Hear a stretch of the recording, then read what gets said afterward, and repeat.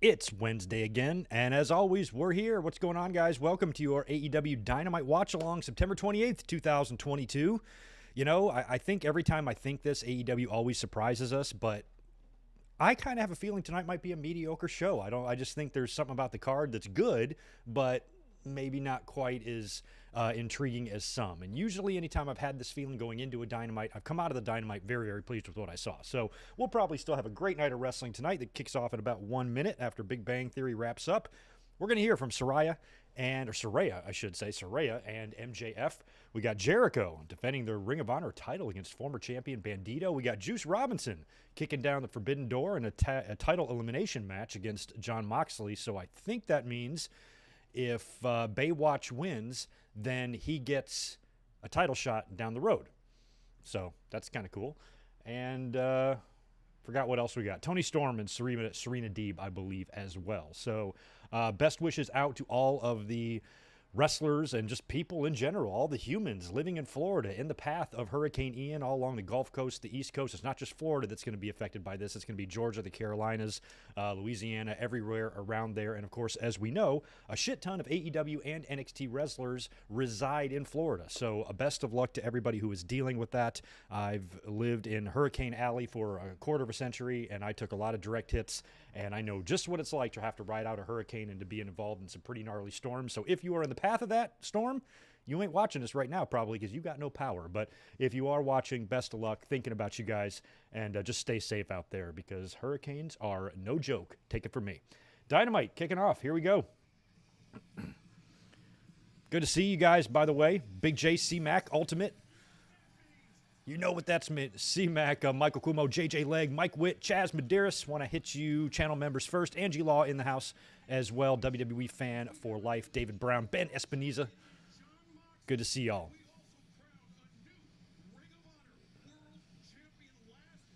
They are in Philly tonight. Okay. All right, so we're going to open up with this match, I suppose. Jericho won the title in the opener last week, right? Entertainers. Jericho, Ring of Honor champion. It's sparked some interesting discourse online, all week about Jericho holding the Ring of Honor title.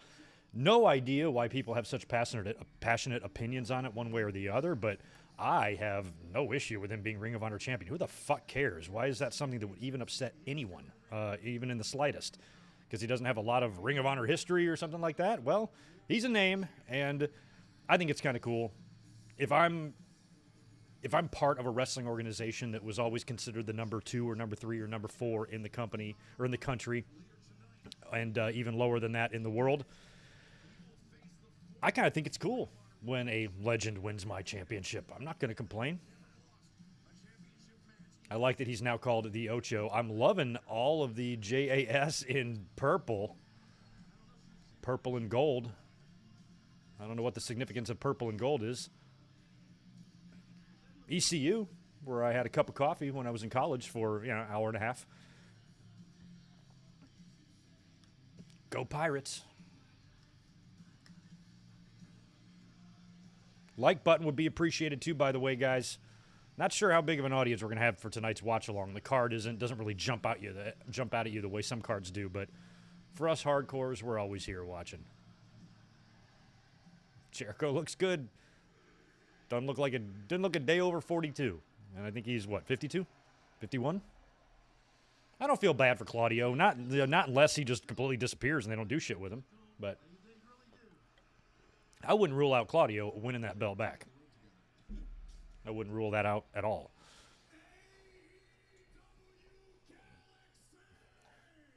Oh, Pizza Man is there. Luigi Primo. I love that he's there. I love that he's just there in the background. I didn't even see him. Did he walk to the aisle with him? What do Canadians know about pizza? Look at Sammy and Mello over there making out. City of losers, huh? Philly? I'm not a big Philly fan, but I'm also from Detroit, so I cannot throw shade at Philly because I'm from Detroit.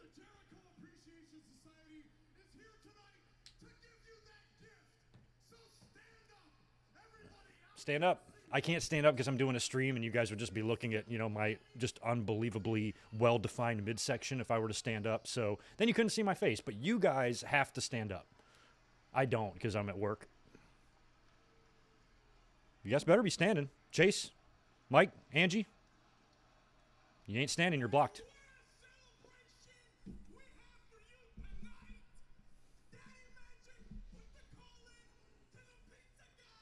The pizza guy. Luigi Primo. So that's definitely not pizza dough, right? That's just a piece of rubber.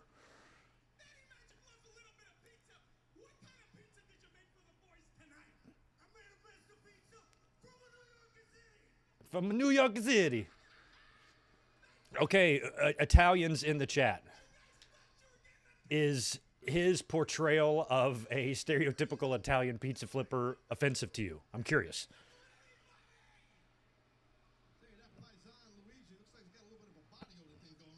A little bit of a body odor thing.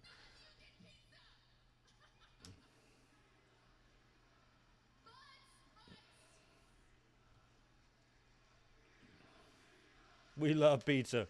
I've worked for one of my biggest bosses and teachers in my life was an Italian guy, and he was awesome. He was hardcore, man, and I learned a lot of Italian cooking and a lot of Italian traditions through him. And I'm curious what he'd think about Luigi Primo. We used to have pizzas at our place, the Italian restaurant, just a few. We put them on like square sheet trays, like cookie sheets, and we'd cut them with scissors. We'd cut them, slap it on the plate. Then we quit doing the pizzas and we just stuck to pastas.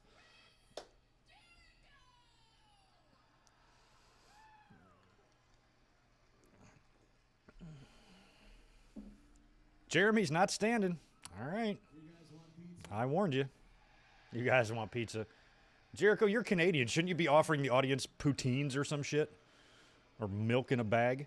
What you can have is the most important Ring of Honor champion in history, the Ocho, Chris Jericho. Everyone knows I'm the most honorable man in AEW, and now it's official. I'm also the most viewed Ring of Honor champion. In just 1 week, more people have seen me with this belt than all other Ring of Honor champions put together, because no one knows about Ring of Honor. No, oh, he's going to throw shade at them now? What an asshole.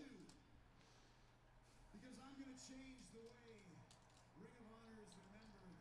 This is the era of Ring of Jericho. Ring of Jericho, I like it.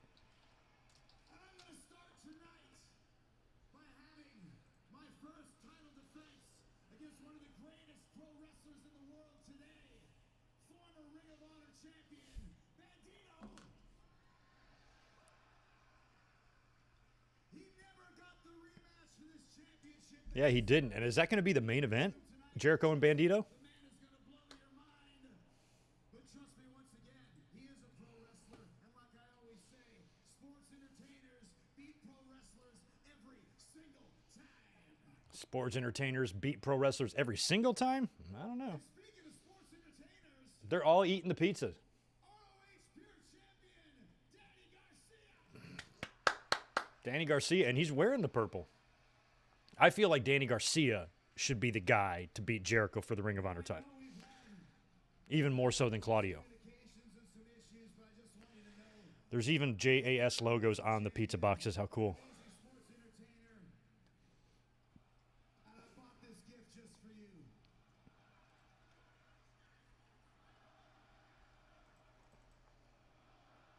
You're a wrestler. What is it? Cookies? Maybe a muffin from Millie's Muffins or oh. Okay, he's going to look way too dope with that hat on. He might even look fly. Slightly fresh. Oh, look how fucking badass he looks. That fits you, Danny. Of the best technical sports entertainer of all time right here. They try to embarrass him? What? Yeah. He looks great. You would never know that he's The Rock's ex-wife. A little bit, but You would never know it. That's how far he's come. Oh, Luigi Primo. Oh, no. Oh. Well, if you're trying to be a heel, you're going to punch Luigi Primo? What do? They call Luigi like, yo, Luigi, you want to come to TV and get punched again? Well, yes, I will bring him my pizza dough. Danny ain't playing games. And now I want to tell you something that I've been meaning to get off my chest for a long time now. Didn't John Cena wear one of those dope hats? I think it's time for me. Oh, time for you to what? To take the Ring of Honor title away from me? I want you to really think about what you're going to say right now, Danny. I really want you to think about this. This is a crossroads for you. Make the right decision. You can be bigger than your wildest dreams in this business. Make the wrong decision. I'm going to have to take you out. Take you out, but he wore the suit. I asked you this once. I want you to answer properly. Are you a sports entertainer? Oh. Oh, he's going to ask him right now? Are you a sports entertainer? Ew. Fucking gross.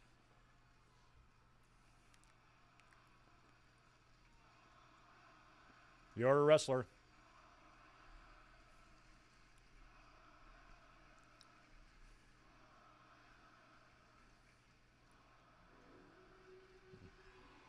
Here comes Danielson. Yeah, thanks. I swear there's like some sort of a render of Cena where the hat was doing like the word life thing with his hands in a really hip way. Danielson, what'd you do, man? I just was all week long. I was like, you're going to win the title. You're going to beat Moxley. You're going to be the new AEW champion. Let me down, man. It's okay. TK is lucky to have Moxley. I'll say that. Has Danielson's song always had words?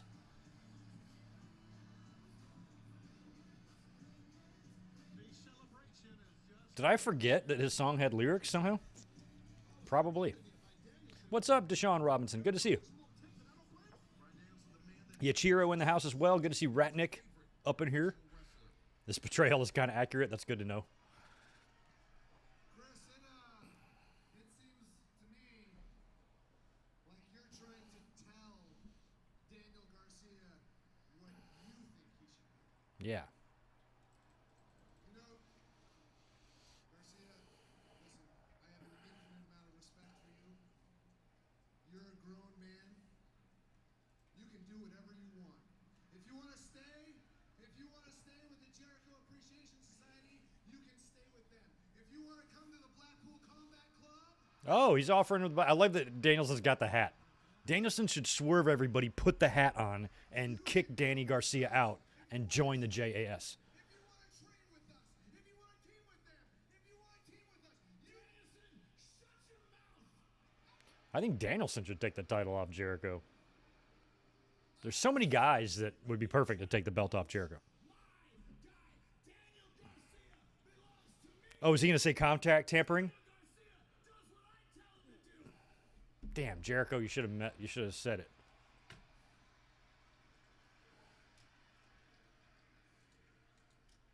Chris, let's get one thing straight right now. I don't belong to you, Ooh. and I don't gotta do nothing that you tell me to do.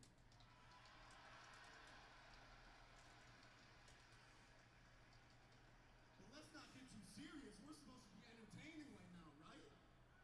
Yeah. You want some sports entertainment? Hey, what if I picked up this pizza and I threw it on the ground? Would that be entertaining? Oh. Actually, you know what? I don't like pizza. Can you believe that? Longtime listeners know that about me, but I don't like it. I've never liked it. And I don't eat it. Justin Roberts, what if we were a tag team? That would be pretty entertaining, right? You guys think that would be entertaining?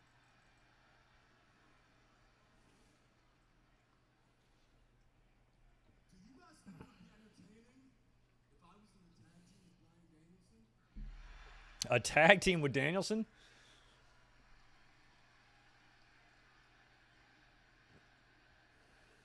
Daniel Bryan Garcia-son? You want to know what I think would be real entertaining? If me and Brian teamed up against your little bro, Sammy Guevara, Oh. and Chris Ooh. Jericho. The Sex Gods versus Danielson and Garcia. I'm into that. But doesn't Jericho have a world title match tonight? We are sick of your crap. Oh, they're going to take on 2.0 instead, I bet. Menard's going to butt in. You have nobody but two of us at your back. Isn't that right? And now you want to spin our face and turn our back on us Hmm. for this piece of crap right here. I have punched you in the face and knocked you out right now. Yeah, why don't you try that, Matt Menard? You punch Danielson, see what happens. Right now? Wait, do you want to punch me right now? Right here in Philadelphia, Pennsylvania?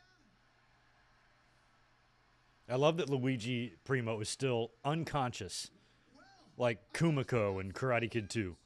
I was told that I can come out here and have a match with anybody who wants to fight me. Now you just said that you wanted to fight me. So No idea about the purple significance. the Or gold. entertainer, Daddy Magic, Yeah. versus the heart of professional wrestling, Bryan Danielson. I just thought they would. And what I know right here, Okay, Menard and Danielson. I thought they would just go Danielson and Garcia against 2.0.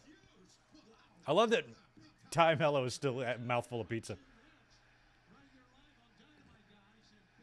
But that, I don't know. Danielson ready to fight. You can see we are joined at the desk by. Oh, And while we have a moment, want to say that Regal. with everybody affected by Hurricane Ian, we hope we Yeah, couple of hours of entertainment here tonight. Echo Excalibur. Best of luck to the Ian people. Regal's the best. Regal, have you guys been catching the Regal and Excalibur love fest? I mean, Valentine's Day is coming up in a couple of few months. Oh, Lakers colors, but it's a lot of teams' colors, blue and gold, or purple and gold. I even mentioned earlier the college I went to for 5 minutes had purple and gold.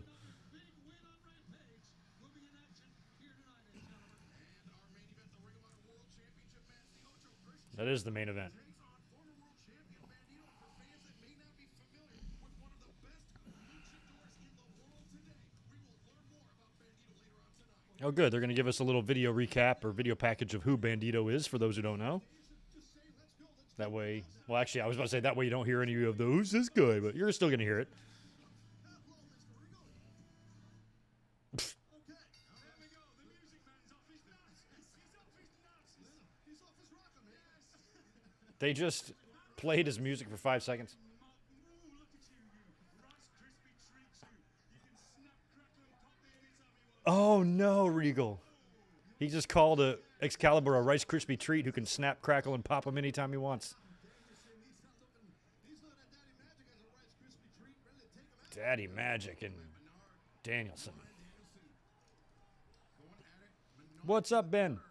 Laying down right hands on the forehead of Bryan Danielson. That's what you got to do, guys. You got to take the fight right to Bryan Danielson. Yes, you've got to. So you can't blame the lad at all.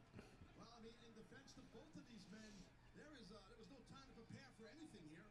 Neither man knew they were going to face each other. Oh, Lord Regal, Bryan Danielson, always ready and always capable. And you see right here now, Daddy Magic, he's got to avoid getting locked in any kind of hold right here from someone like Danielson. Danielson comes off the ropes, shoulder tackle, takes Daddy Magic off his feet, arm drag, but it's a good match for Menard to have. It's pretty fun. Getting Danielson back on the winning track at least. Yo, just a scrumptious Rice Krispie treat. You can snap, crackle, and pop me anytime. Hilarious.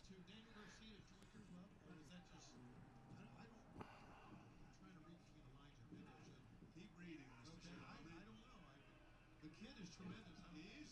Super certainly do a lot worse than adding Daniel Garcia to the ranks of the Blackpool Combat Club. As I've said before, though, I personally prefer to have Daniel Garcia as Uh-oh, JCS, really? You were going to be there? You decided to sell your tickets. Work has been too busy. Well, I've been there.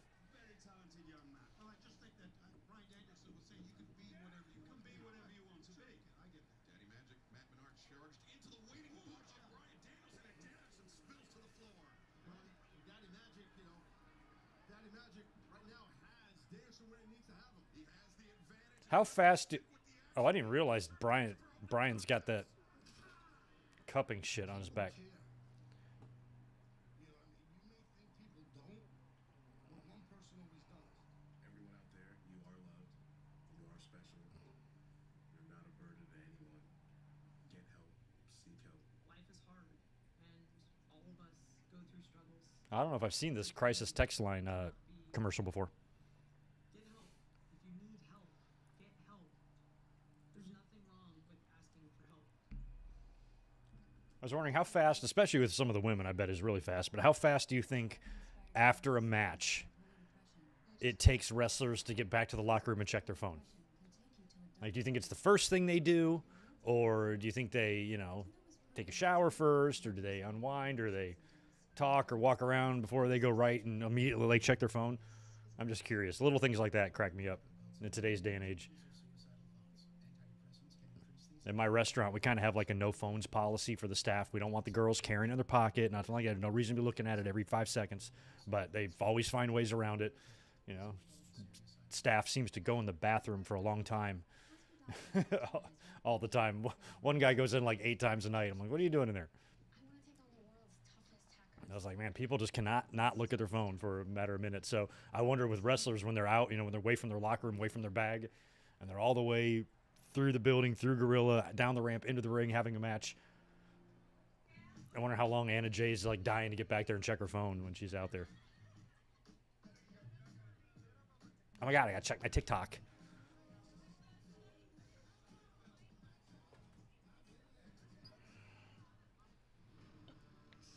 "20 minutes from Philly, huh, JCS? I used to have family in Westchester, and I've probably spent about 10 Thanksgivings or Easters, probably like 5 Thanksgivings, 5 Easters in my life up in Westchester. Drove up there basically every year for a good decade or so, and visited my cousins and my aunt and uncle up there. Loved it. A little chilly for me, but still loved it. See how much you can save by bundling with Geico. With Instacart, you can get everything you need for that late night snack craving. Gotta have Takis. Yep, you got it. Well, you can shop wherever Best dropkick in wrestling history. See, history's tough because there's a lot of different dropkicks. Brunzell always had a great one, but that was in the 80s. He had one of the best ones for that time. And then then Doug Furness came along, and then Bob Holly came along, and then Randy Orton came along. And there's been a lot of guys who can do ridiculous dropkicks. Paul London does that crazy one. A lot of guys can throw good dropkicks, but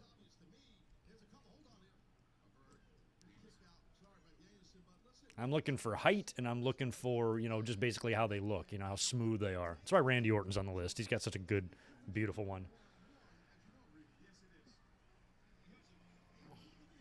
But Brunzell was throwing a great dropkick in an era where people were throwing shitty dropkicks.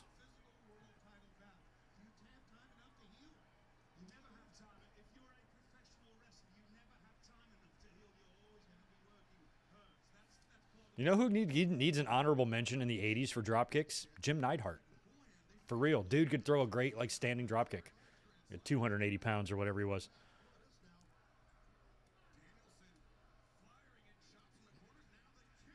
Don't you think that if Matt Menard dressed up for Halloween like 1994 British Bulldog, he would pull it off? I mean, obviously it doesn't look the same, but if he got like the Union Jack gear, and he kind of has hair like Davey had in 94, and he looks like him in the face, I think he could pull it off marvelously.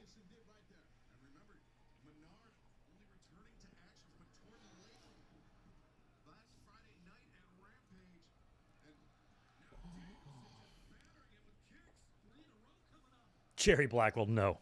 He's definitely not on the list.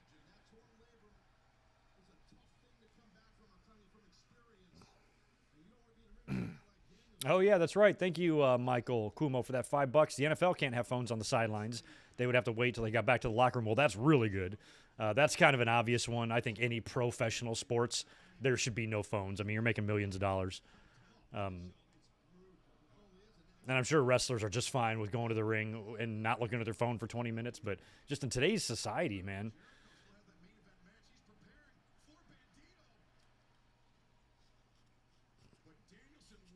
Like, everybody is so phone obsessed. I wonder how it all works.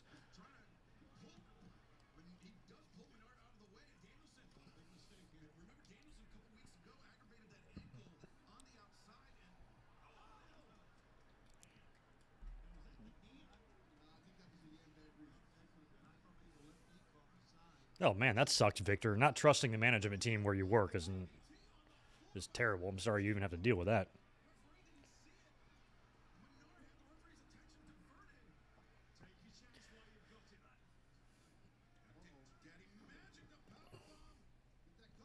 Yeah, I use my phone at work constantly just because I can, but also because I've got, I can have the reservations, and I'm tied into the app and stuff, so I can keep track of, reservations and see what's going on in the restaurant, even if I'm, upstairs or something. Oh, and there goes Claudio taking out fucking Angelo. Oh, no. He's just carrying him away. God, you got to be strong. Jesus.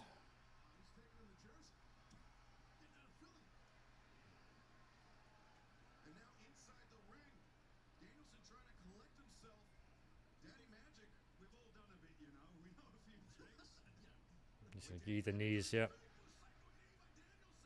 I was about to say, I hope he doesn't pin him. Yeah, make him submit.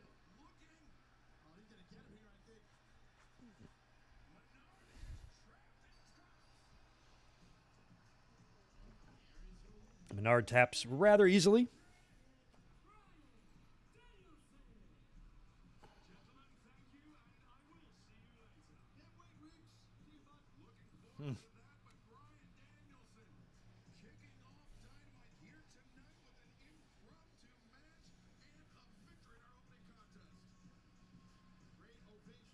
Good win, Danielson. Just wish you would have won last week. That's all. But I forgive you.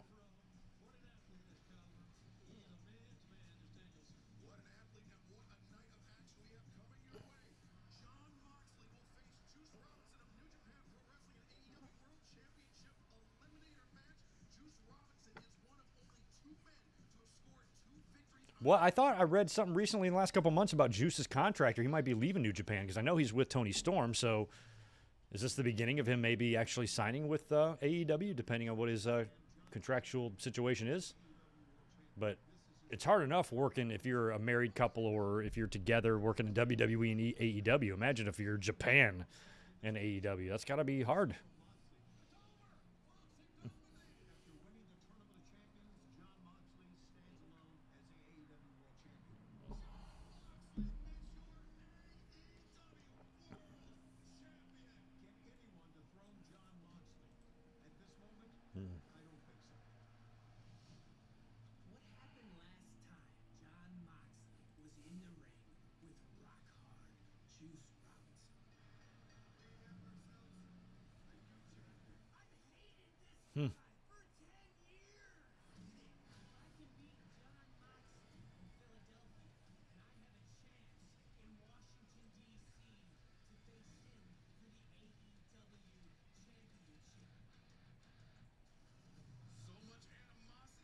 So if he wins this, he gets a shot in DC. Is that what he said?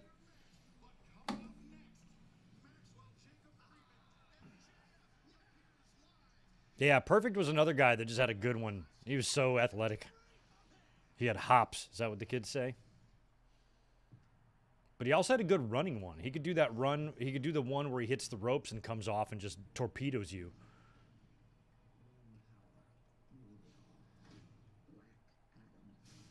Sean, Brett, and Owen, they could do drop kicks, but none of them really that spectacular or look that great.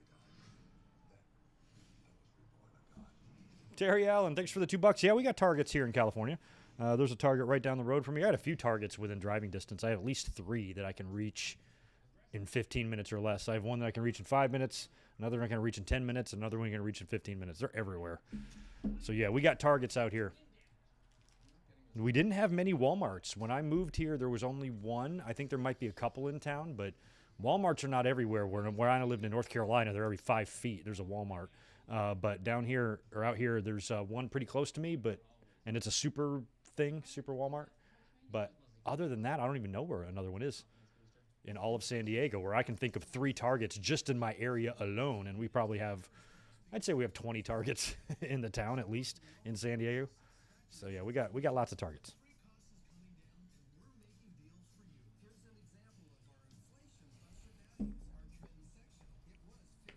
Fans keep cheering MJF. You're right. Do you think they'll have no choice but to turn MJF face? I don't know. It's kind of hard to decide that. You just got to see how it goes. I would just ride the wave. It's hard to really plan anything out. When you have a guy that's so good at shit talking like MJF, it's going to be hard to never turn him face, and he's going to have to go face, obviously, inevitably. But I'd run with it until absolutely as long as you can, because the minute you go face, it just changes the dynamic.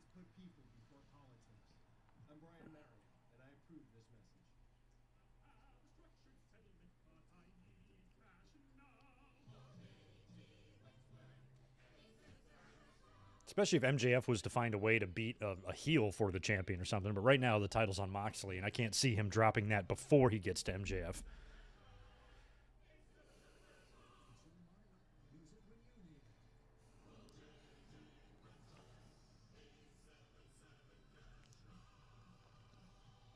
Oh, man, I've seen all sorts of hurricane videos today, man. Come through Naples. That's nuts.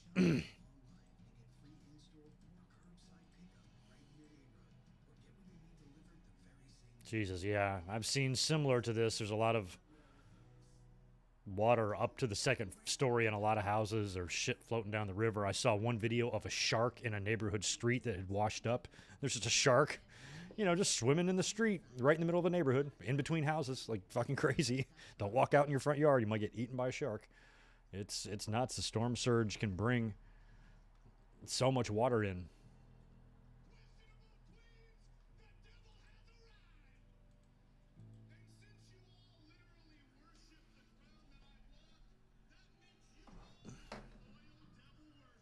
Oh, we're all his loyal devil worshippers. Okay.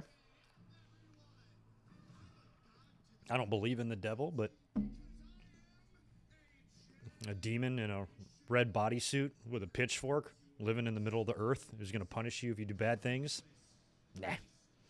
No, that's pretty stupid.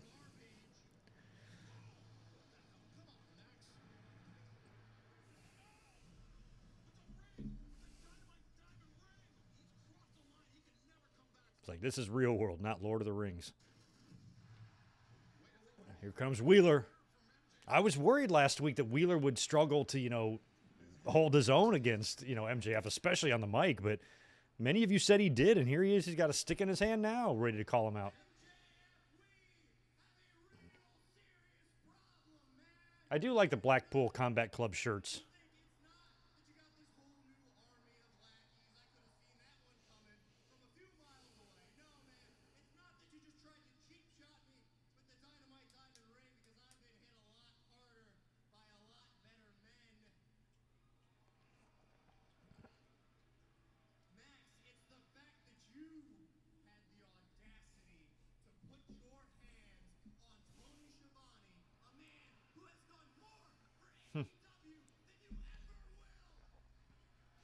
You saw people swimming in the dirty has water? What's dirty has water? I've actually played in some hurricanes before. I've swam in some ditches that were flooding when I was a kid. Fun. We'd hydroplane on the grass. I had lots of years where I made the best of hurricanes.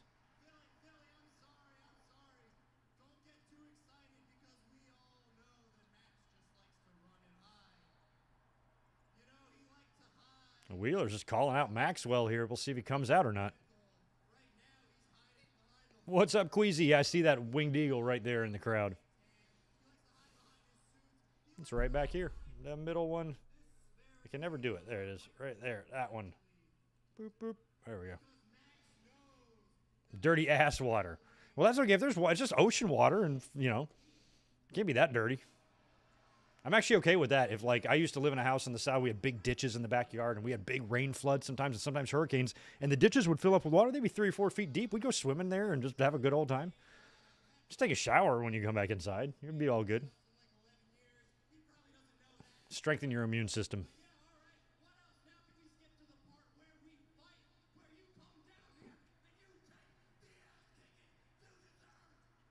Dang, Wheeler. Oh, and he's coming, too.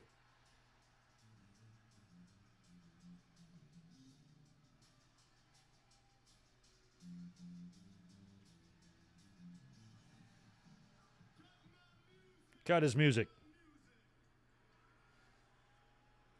Oh, he's wearing a Mets jersey. I love it. Is he wearing a Tom Seaver jersey?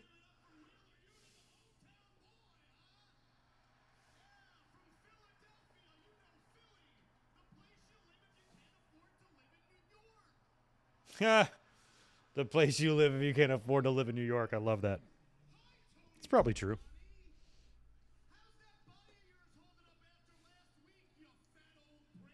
You fat old brick.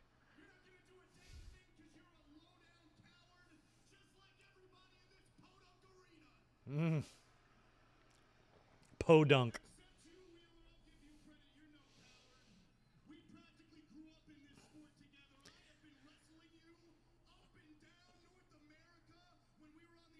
Oh, I like the split screen. That's cool.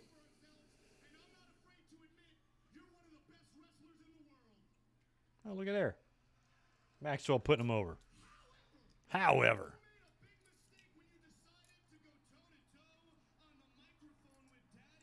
Oh, yeah, leeches could be a problem, but not really. See, in 2 days from now, if the water is still there, then don't go swimming in that. But, during the storm when it's all rushing in and moving and shit, go swim. It's fine. You might get a leech on your ass, but pull it off. It's part of being a kid. You need to break an arm. You need to scrape your knees. You need to get a fucking leech on your cock. You need to do stuff like that. It's good for you.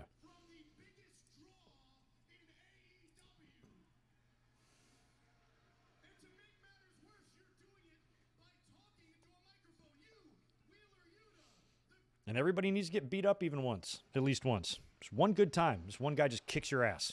Trust me, it'll be good for you.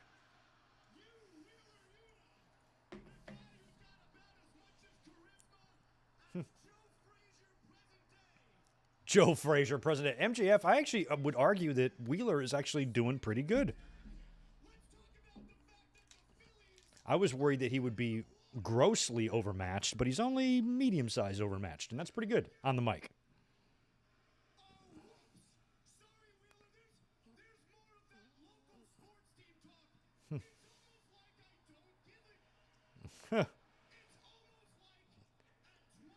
I mean, at least Philly has won some recent championships, right? Phillies and Eagles have both taken home championships recently, right?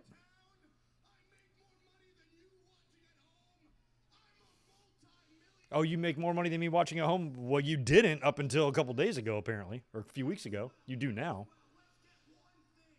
But according from the salary that I read that you were making, sorry, MJF, I think I had you beat.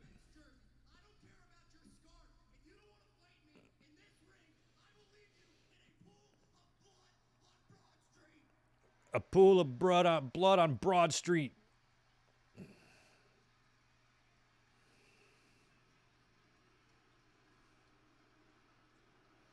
Back in school, we used to dream about this every day.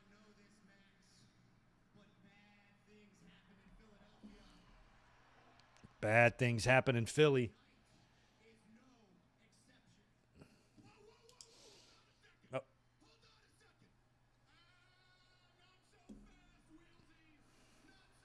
Oh, ass boys are here. And they're wearing sunglasses. Look at those pants. Why do men do that? That would be so uncomfortable to me, to wear skin-tight pants that are, riding up my ankle. I like my ankles covered. I'm trying to have exposed ankles. I don't understand why they make pants like that. It blows my mind. I can't wait for that fad to go away. I hate it. It's so stupid. And chicks think it's hot.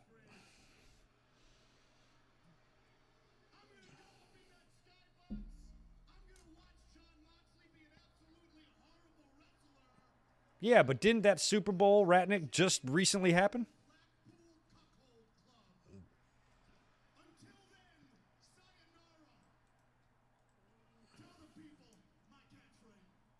Mm-hmm.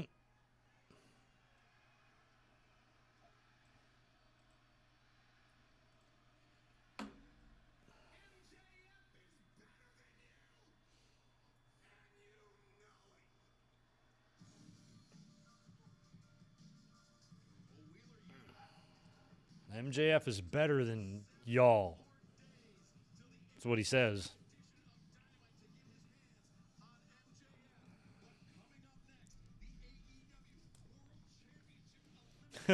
Imagine a promo between MJF now and 1999 Rock. As much as I love MJF, I think he'd be overmatched. You got to understand too. Like Rock also had the side. Like what MJF's gonna be really remiss to find insults to hurl at the Rock.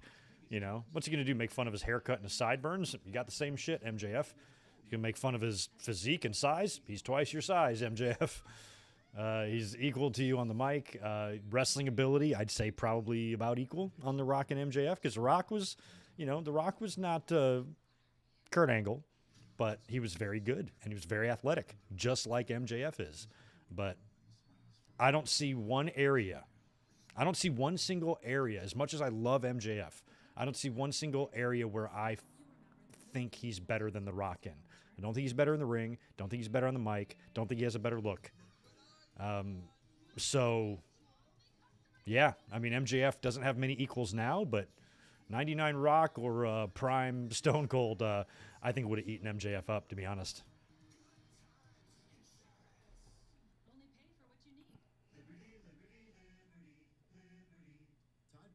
Liberty.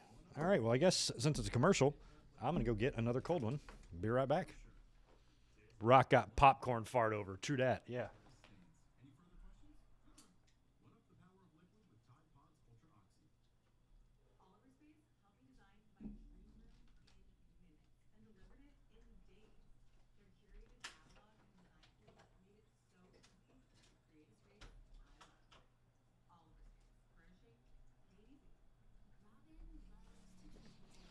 All right, we back. I am out of cold bottle Stellas, but I found one additional skinny can of Stella Artois, so I'm going to drink that.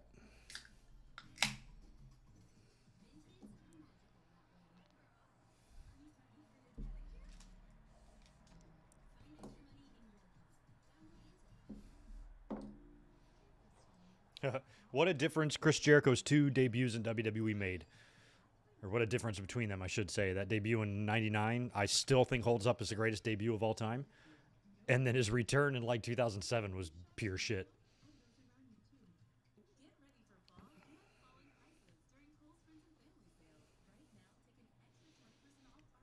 What's up, Leonardo? Good to see you. If you guys don't mind smashing that thumbs up button for me, I'd appreciate it. Try to get the likes up.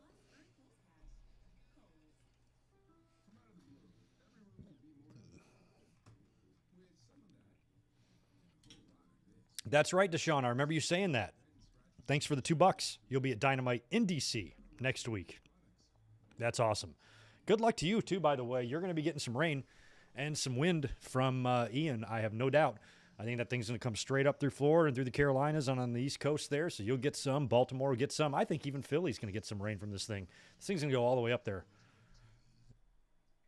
What's up, Douglas? Here in Florida, dealing with Hurricane Ian tonight. Where are you located in Florida, Douglas? I'm curious where your location is. Are you on the Gulf side? You middle of the state? You south?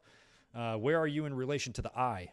Because the whole damn state of Florida, doesn't matter where you are in Florida, you're getting some wind and rain from this thing. But that eye of the storm looked like it came in somewhere where? Around Sarasota?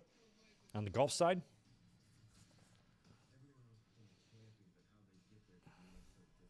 MJF would probably make fun of The Rock's gaudy shirts. Oh, no, MJF wouldn't.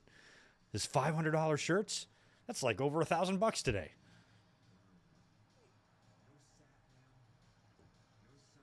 I think if MJF made fun of The Rock's shirt, he might not live. You're in Sarasota?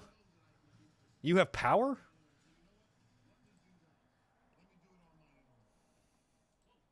Isn't that where landfall happened? Sarasota's on the Gulf side of Florida, right? I should know this. Yeah. Yeah, that's exactly where that thing made landfall at. Clearwater, it's near Clearwater too. Yeah, so it's all like in that little area on the Tampa side. All right, here comes Juice Robinson. Well, damn, Douglas, I'm glad you're able to be connected to a chat. I guess you don't need power if you have a phone, so as long as your phone's charged or something, or a tablet, I'm sure you can see us, but wow, it's got to be gnarly there. Best of luck to you, man. I lived in Wilmington, North Carolina for many years and lived in North Carolina itself for about 25 and was right in the path of so many storms. Met Jim Cantori about 5 times because every time a storm would start barreling towards the East Coast, he would always station himself in Wilmington. It was his favorite town. He'd go out and hit on all the chicks. He came into my restaurant, have dinner a bunch of times. And we always just took him right on the face. And I rode out a lot of hurricanes and had a few close calls, a couple floods where I was trapped and couldn't get out for a few days and all sorts of random shit. You know, as much as I'm disappointed that Danielson did not win the title last week, I really, really like Moxley as champion.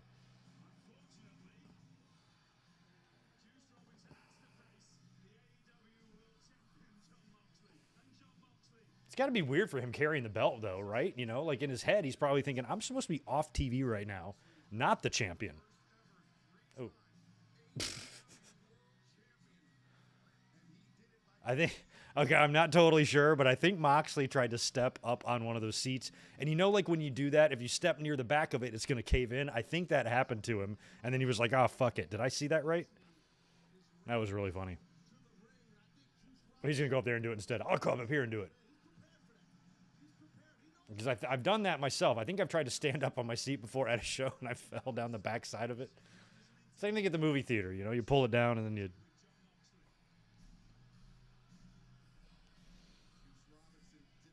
Yeah, Hurricane Helms is blowing through.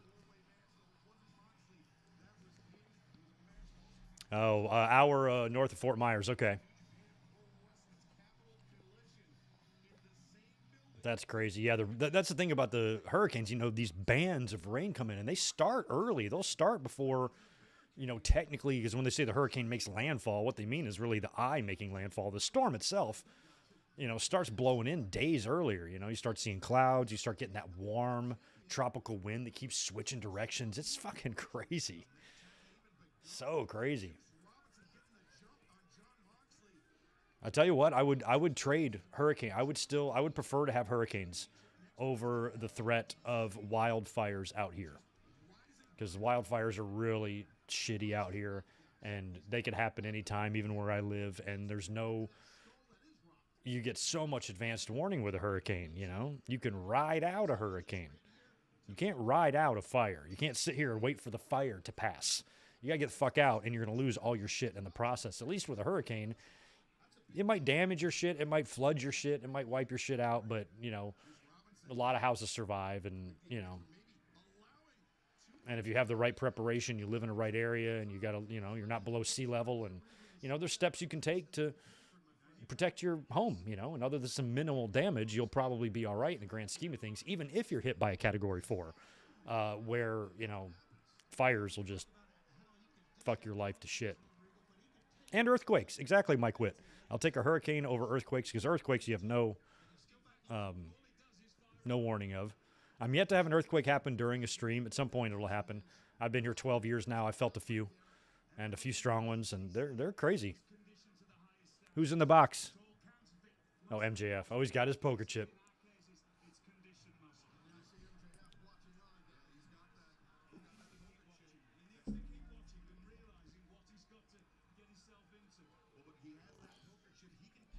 I'm surprised. The hurricane should be more than 500 miles across.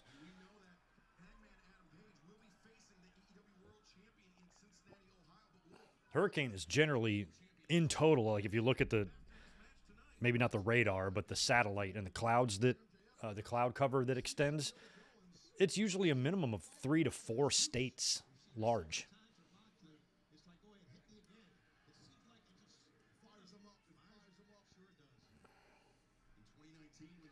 But man, I hope all is well there, man, Douglas.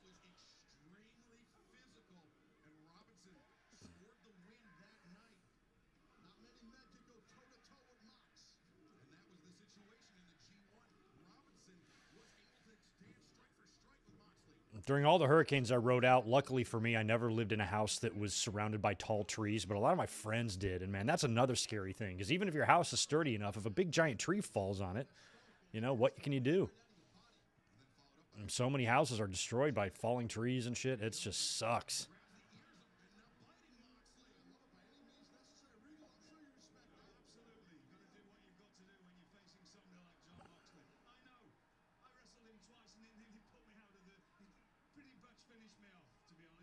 Ha, what's up, JJ? Like, didn't know you had this, but my cats say hi. Yeah, I think you can get some highlighted comments on there for all the members.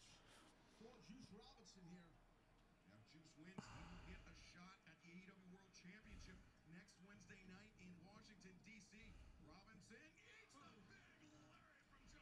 Took too long. Yeah, you saw that one coming. You're right, Taz.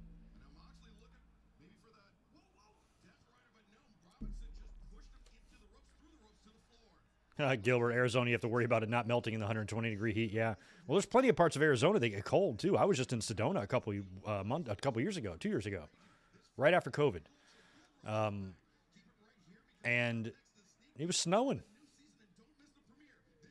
We had this awesome little cottage. We had a fireplace in the master bedroom. It was awesome. And we woke up to a ton of snow. Oh, yeah, I'm sure. That's another thing that sucks about hurricanes is they bring all these thunderstorms. So they will bring in tornadoes, too, because once they hit land and, you know, tornadoes can form. And Jacksonville's all the way up in the on the east side in the corner there. So they're already getting rain from that, even though the eye of the storm is still pretty good ways away from Jacksonville.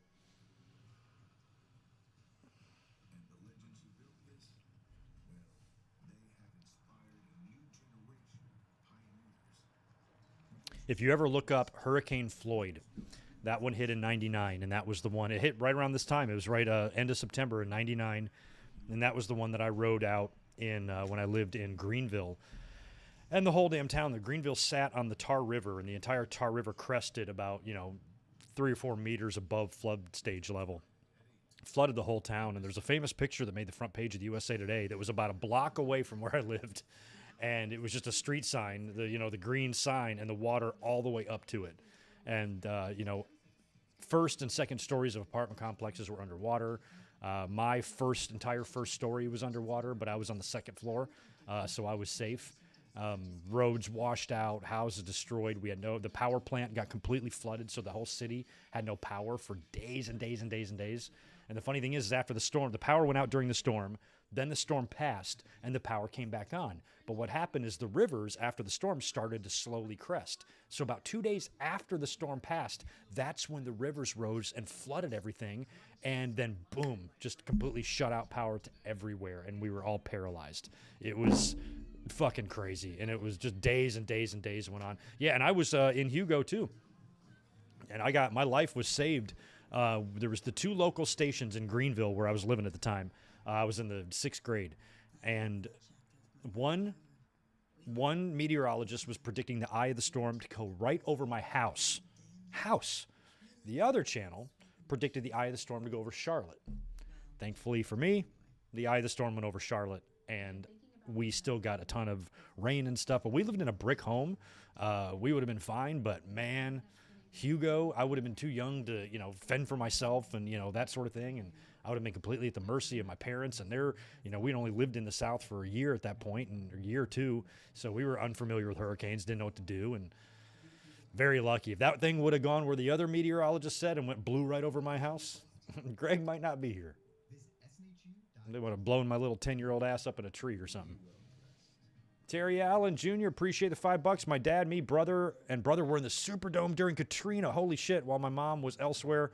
4 or 3 days we were stuck. That's crazy, dude. You were one of the Superdome people? The Katrina was the worst, man. That was just the worst situation. I mean, New Orleans is already below sea level as it is, and those levees and the floods. And, so what I thought was bad, what I went through in 99, I think it was 20 times worse for what the folks did in New Orleans. Because that was such a big city and so many people displaced, and there's a lot of poverty down there. So people weren't able to get where they needed to go. And it was just, that was rough to watch on TV because I was a hurricane survivor myself. So watching what all those people were going through was heartbreaking, man. That's crazy. That's crazy, Terry. Glad you made it through that. Yeah, Hugo made landfall on Myrtle Beach, which is south of us, but then went way further inland than they expected. So when it made the turn to the north, it ended up going over Charlotte instead of over eastern North Carolina, which is where I lived. We still got storm, but we didn't get the eye of the storm. And,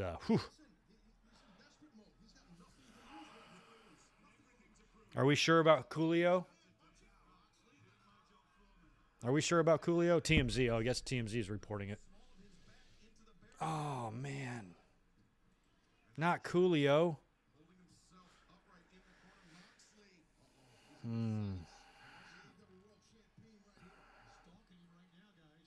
Oh, that's a shame. I have a lot of memories of Coolio because his Fantastic Voyage, I want to say, came out my final year or two of high school.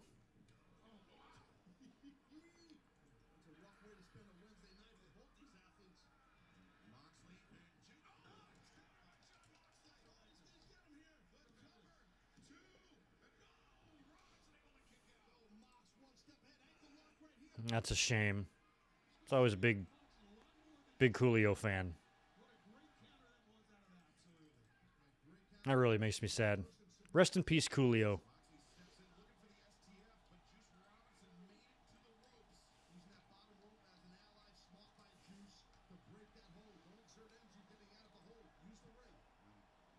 What year did Fantastic Voyage come out? 94. So that would have made Gangsta's Paradise probably a year or two after that.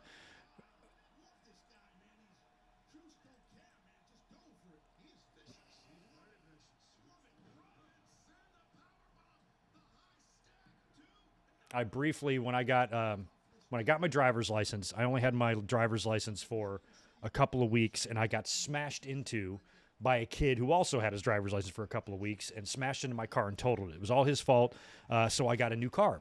And the car I was driving that got totaled was a hand-me-down from my dad. It was a piece of shit, and it was no big deal. But I ended up getting a new car out of the deal from the insurance when I got in the accident. So I was able to get a new car. And then I met some friends who were into, well, I hit the unprettier on Moxley here. I had some friends that were really into, car stereo systems and shit. And I ended up putting a system in my car. We took out the dashboard factory stereo. We put in a CD changer, and then I put woofers in the trunk. Yes, I did that. I had tinted windows and everything. This was like a phase. It lasted about 2 years. And I had like woofers in the trunk. And I remember one of the first songs I ever played in my car system was Gangsta's Paradise by Coolio. It sounded great. Looking back now, I laugh. I'm like, I had those big fucking things in my trunk taking up space. So stupid. But back then it was pretty awesome. And it sounded great. Took him out with a regal knee. Fans seemed a little quiet for this one. There we go.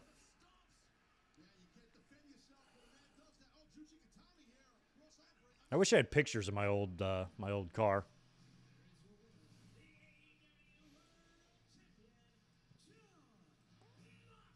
Moxley. The car I drove that I bought was a 1994 Nissan Sentra. White. 2-door. Spoiler. It was a cute little car. Drove it to a lot of wrestling shows. Drove it about 100 miles an hour down the interstate trying to chase The Undertaker and Kane to the hotel. Yeah, that juice was tapping in 1 second there.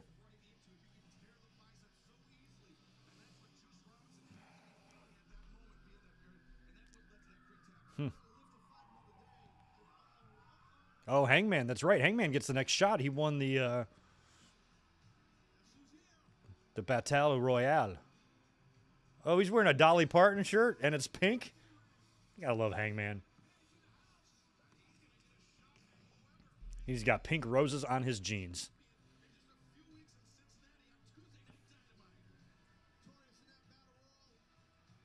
Hangman and Moxley. That'll be good. It's gonna be good. Don't forget about Hangman, man. He had a good run. Punk, the two guys who Punk beat.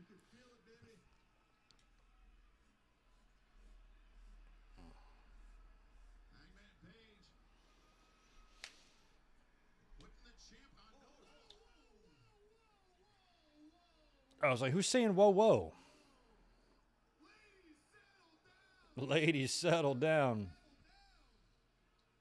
Don't you realize you're not fighting each other? You're not fighting each other, man. Okay, what you're doing is you're fighting to lose. Because once you two morons get to Cincinnati, I just might cash my chip in and become the new AEW World Champion. Okay. Because I am a generational.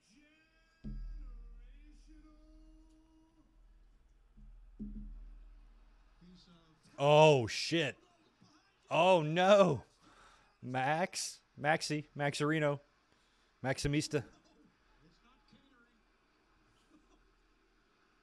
Oh, no.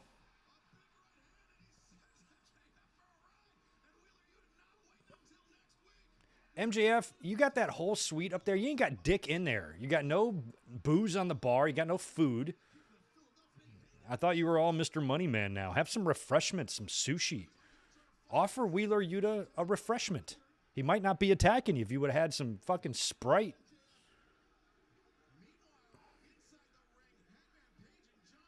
What's a brother got to do to get a pretzel?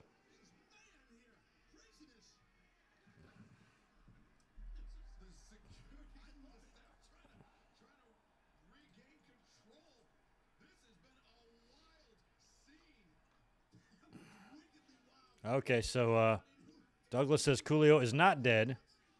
Usually when TMZ reports something, it's true. So what do you know that we don't down there in Hurricane Land, Douglas?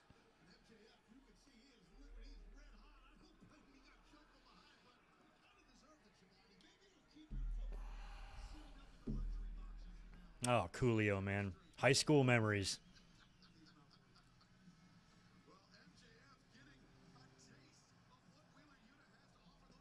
I'm pretty sure, actually, I know I'm sure. I don't have it anymore. But I know I had the cassette single. They used to make cassette singles. They're about $3 at the record store. It'd be like one song and like another song on the back. All in one tape. And I used to like to buy them because when I was a kid, I used to like to buy them because it would make it look like I had a lot of tapes. But they were cheaper than like a full album. That sometimes was tougher to afford, but I could afford the singles, and so I would get a bunch of singles and like line them up on my shelf to make it look like I had a bunch of tapes. And I had Fantastic Voyage was one of them. I also had I still have this one I found recently. I wish it was nearby. I'd hold it up to you. Ice Cube. It was a good day. I have the cassette single. Still have it.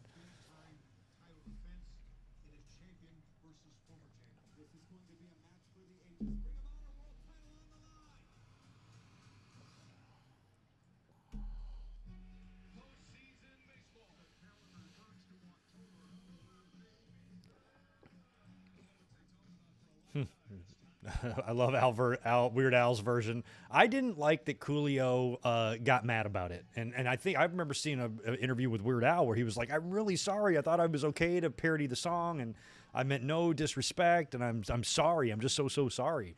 And I remember kind of disagreeing with Coolio on that because I thought it was a really fucking funny parody. And that's a badge of honor, you know? You get parodied by Weird Al, you know, that means you have a very, you know, you're a pretty big deal in pop culture or a hit song in society or whatever. You know, to get parodied means that you got a hit. You don't parody shit songs, you know. So I thought he should have lightened up a little bit and maybe I understand what he was saying. I understand why he was mad because the message in the song, you know, tied in with the movie, you know, was a much more serious message and maybe shouldn't be taken lightly, but come on. Gusto doesn't help the world sleep better, but these people do, and Gusto gets them paid on time. Gusto doesn't design video games that Yeah, I'm not really doubting the validity of the Coolio news. Gusto helps hire and onboard their team. Gusto doesn't lead the TMZ isn't going to hear a rumor and then report it as fact. They're going to check into it and make sure it's the real deal until they announce it. So, unfortunately, Douglas, he's dead.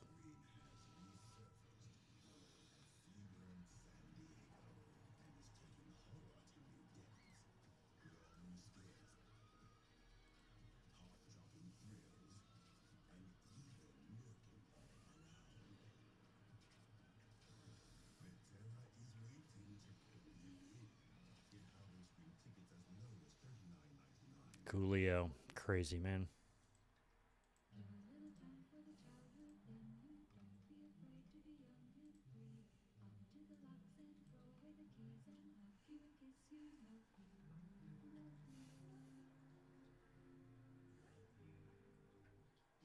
tired of clean clothes that just don't smell clean? Yeah, Yachiro. Well, there was some sort of miscommunication there because I swear I've seen things where Al was under the assumption that it was okay.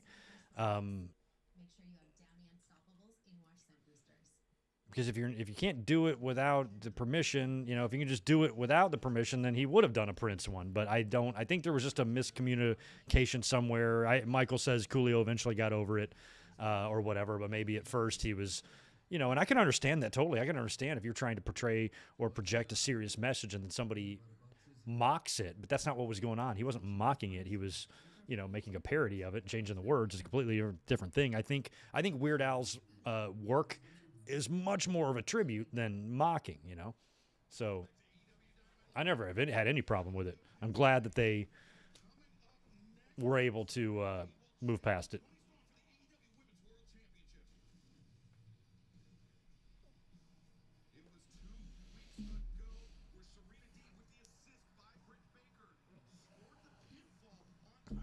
Yeah, Weird Al had some good ones, like a surgeon and My Bologna.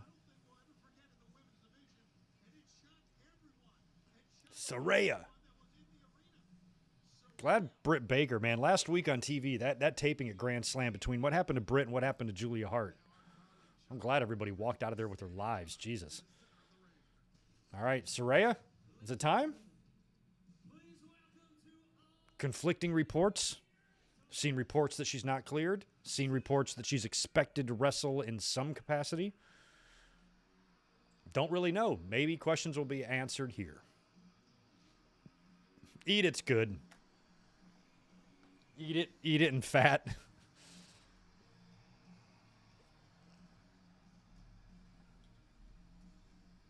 See, I like the way she looks here so much better than last week. This looks like a girl's ready to fight.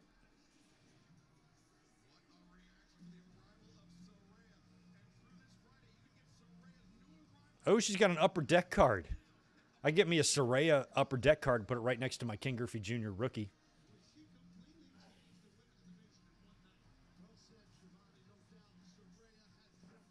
Know what I used to not like about Paige in WWE? When she would come to the ring, she would be singing the lyrics to her theme song. And I don't think that should be... I think that should be against the rules. I don't think you should be allowed to sing your theme song. Unless you're Jeff Jarrett.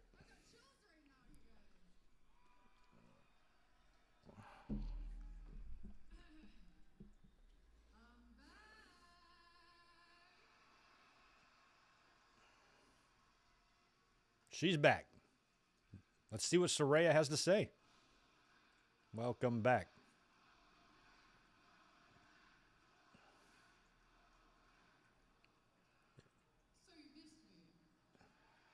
You missed me. You never left AEW. My Saraya. My Saraya. She's damaged but not broken.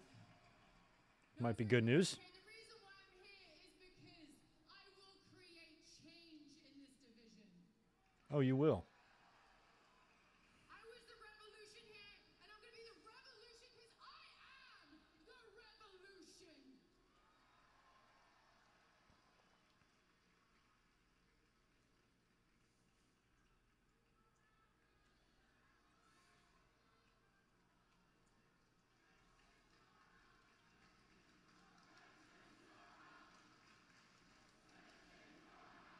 As much as I love Paige, I argue that wrestling made that transition into taking women's wrestling more seriously It's really hard to talk out here, you guys. I'm so nervous. without necessarily her influence. She was just one of the really good wrestlers they happened to have signed at the time that was perfect for the Officially, my house. the spearheading of that new direction. But if it wasn't her, it would have been whoever the next one in line would have been. You guys can give me the time cues all you want. You know what? I leave the ring when I am ready. Oh, well, then you're just going to be talking to a commercial, Saraya. More time. Let's bring all the ladies out here right now. Bring them out. Bring them out. Bring them out.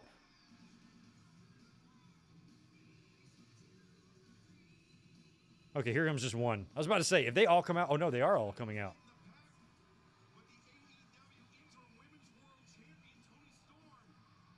Okay, there's 5 women in the division. Willow, Nightingale, Sky Blue. I don't know who the blonde is. And we got Athena and Toni Storm all coming down to the ring here. I was about to say, all these women can't just be standing at Gorilla.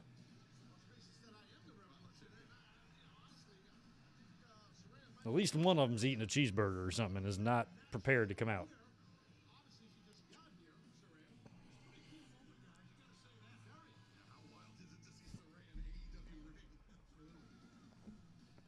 Let's get some noise for ladies of AEW.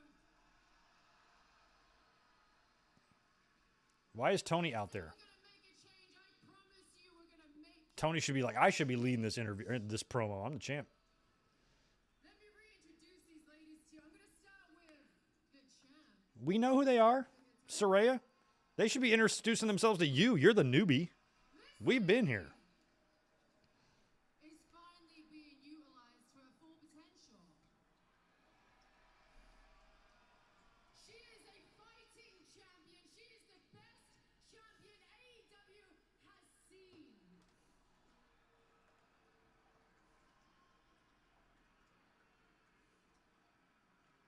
And I am honored to be in the ring with you, Tony. Oh, here comes Britt.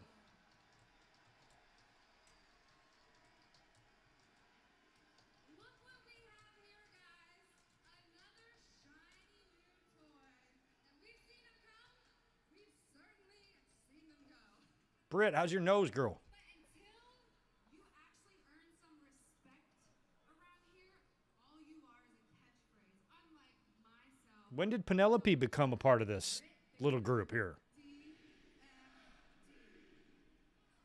Now, I'm not sure if you actually watch our show or not, but I am the face of this women's division. I literally put my blood, sweat, and tears into this company. In fact, I even put my neck on the line for All Elite Wrestling, and unlike yours, mine's actually strong enough to handle it. Oh, no, you didn't, Britt. Unlike yours, my neck's actually strong enough to handle it. That's awesome. That's actually really good. You know, this is your house, right? And you made such a big impact that half the people in this room don't even know how to say your name. What do we got here? What do we got, ladies? Saraya, sis. Judge hit 61. Look at that. Breaking news. Aaron Judge hit 61 home runs. My ESPN just informed me of that. Good for him. It's a lot of home runs.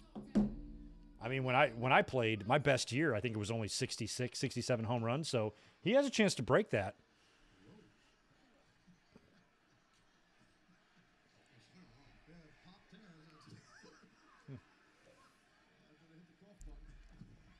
All right, Tony Storm, you know what? I respect you. I don't like you, but I do respect you. And I had really high hopes for you when you first got here, but you just couldn't keep yourself. Is Penelope wearing too much eye makeup, or did she get so hammered last night that she threw up all day and broke the blood vessels in her eyes? That happens. So you and your new little tag partner broke my nose to take me out of the equation, and yet again, I'm a conspiracy victim. But that's not why we're here tonight. I'll take a Britt Saraya feud. Because you've got quite the match on your hands. Serena Deeb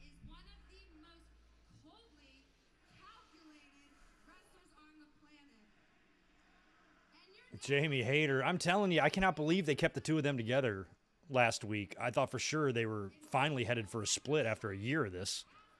Serena Deeb does. But people are liking Hayter. She's getting over. One misstep from you, Tony, when you're in the ring with the professor. One misstep from you. And we'll be hearing the words, and new. Bring out Serena. Bring out Serena. Bring her out. Tony's like, I got this.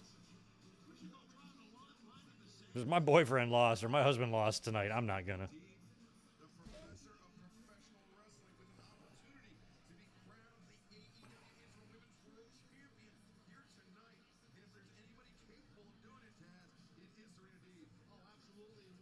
With Deeb's experience and her abilities in there, well-versed in submission.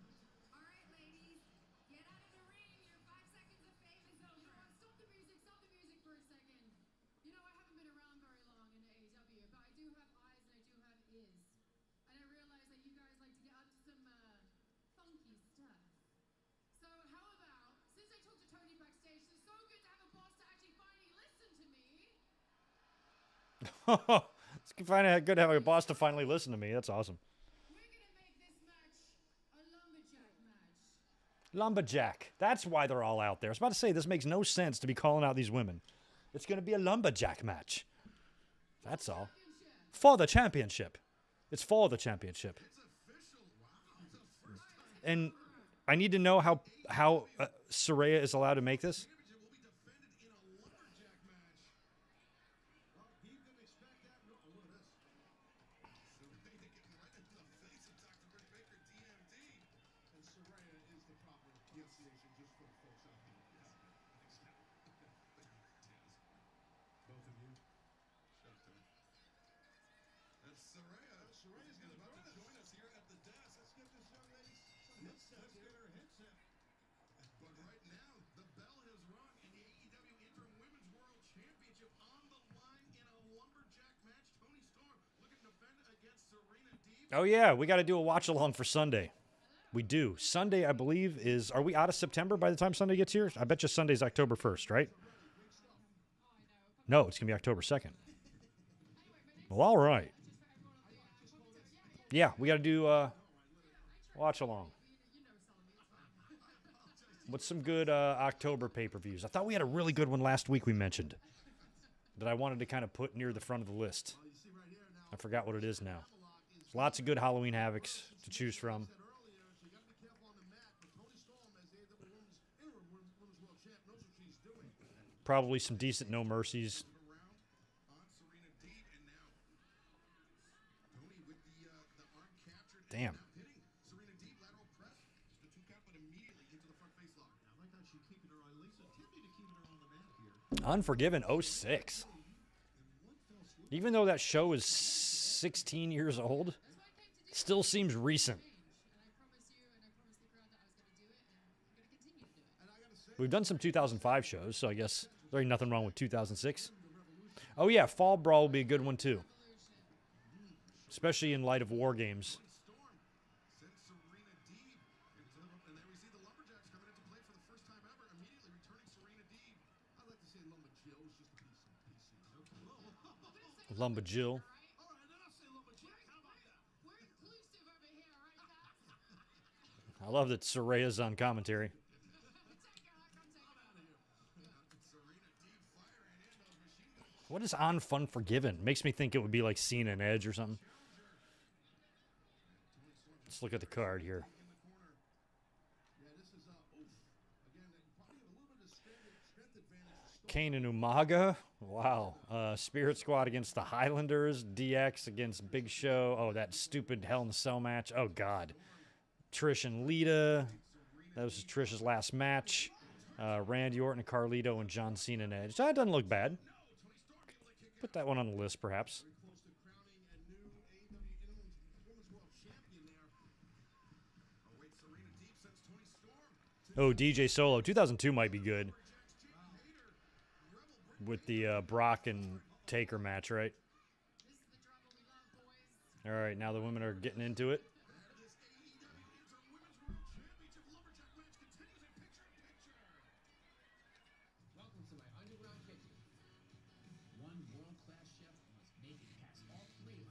Oh, I didn't even recognize the blonde one. I didn't realize that was Madison, right?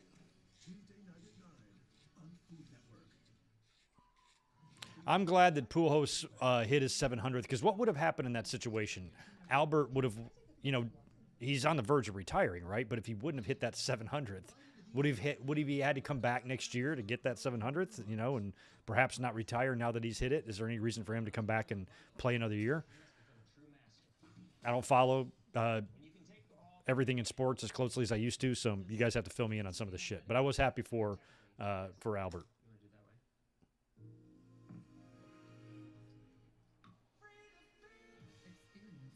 When I was a kid living in North Carolina, we had a town it was a shithole, very dangerous, very poor, poverty-stricken, a lot of crime, and it was called Kinston, North Carolina. Shithole. Hole of shit. Like if there's a hole in the ground filled with shit, that's what Kinston is. But there was a minor league ballpark, a farm team of the Cleveland Indians, the Kinston Indians. And when I was a kid, I used to go to the games, and Albert Bell was on the team back in those days. And back then he was called Joey Bell. And then for some reason he changed his name to Albert Bell and had a pretty good career too. But I remember going to those games, and when I was a kid, I lived in Michigan. I went to Tiger Stadium and, went to some big parks, and, going to that shitty little Kinston Stadium was funny as a kid because, you're a little kid in the middle of this very dangerous city and eating ice cream out of a plastic baseball hat, completely unaware of the stabbings and shootings going around you. It's amazing that I lived.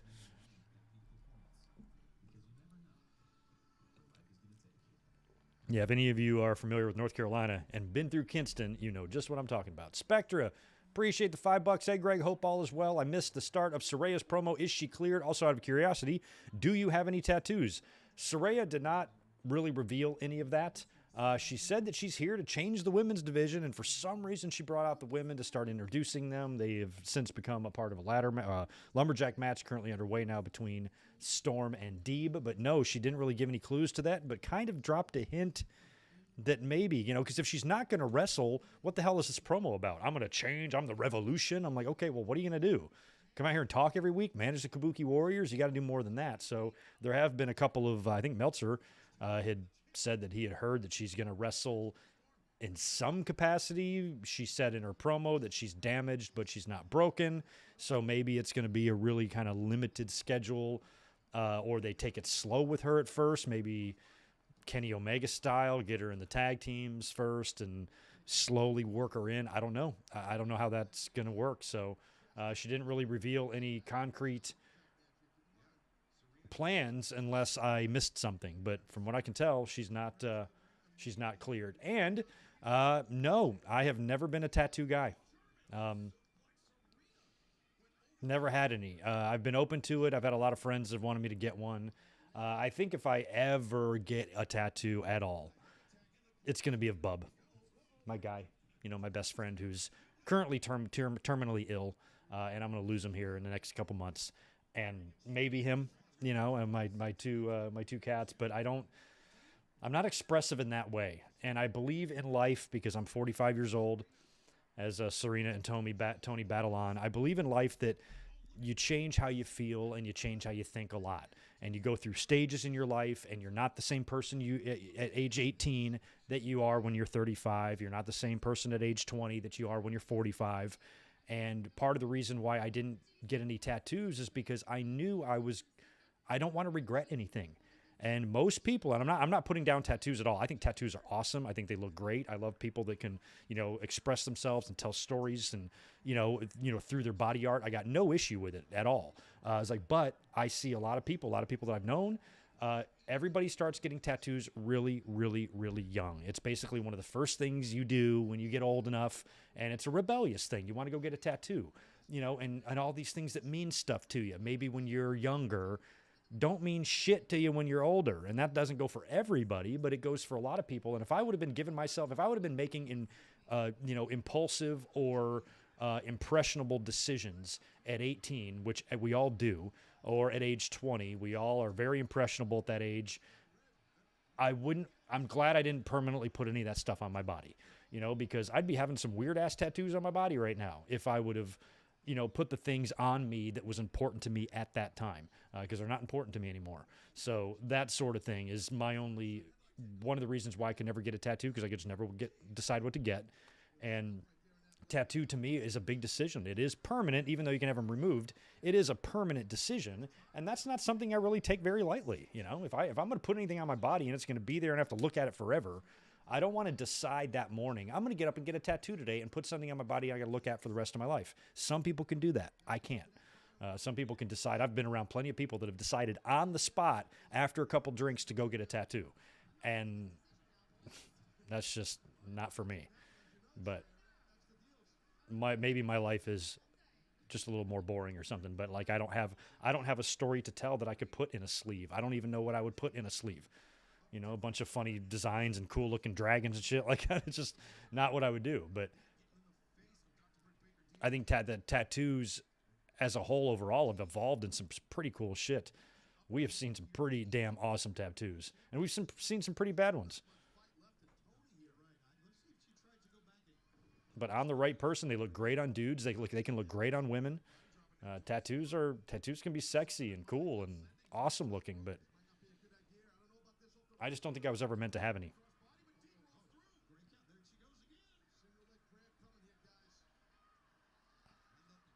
That's a single leg.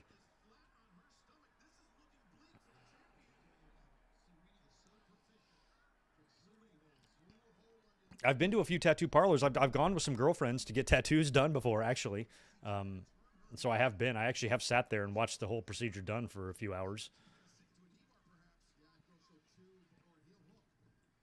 My girlfriend's got a few. She has kids, so she tributes her kids. Like that stuff I can understand. I never had any kids of my own, so that's why I said if I ever get a tattoo, it'd probably just be a bub or my fucking cats. But I ain't getting a neck tattoo. Big Good Mike Work Commentaries logo on my neck like Cody. Good idea, Kevin. Or I'm sorry, Mike. And good to see you too, Kevin. What are you saying thank you for? Is it your birthday or something? It is. 25. Damn, 25. Trade you. Yeah, getting old. F off. No, 25 is a big deal. 25 was a big deal to me. I turned 25 in 2002 and at a big party, and that's a big deal when you're in your 20s because that's a quarter century, man. 8 years ago, you were in high school, maybe less than that. And now, I think in my mind, and people have different rules, my general rule for life is you're allowed to be stupid until you're 25.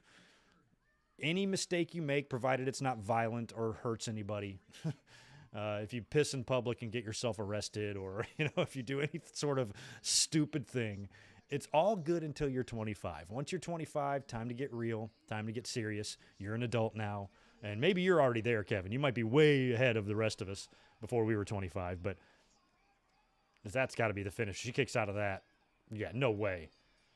Serena, all right? That was a rough looking landing there. But yeah, once you're 25, get it together.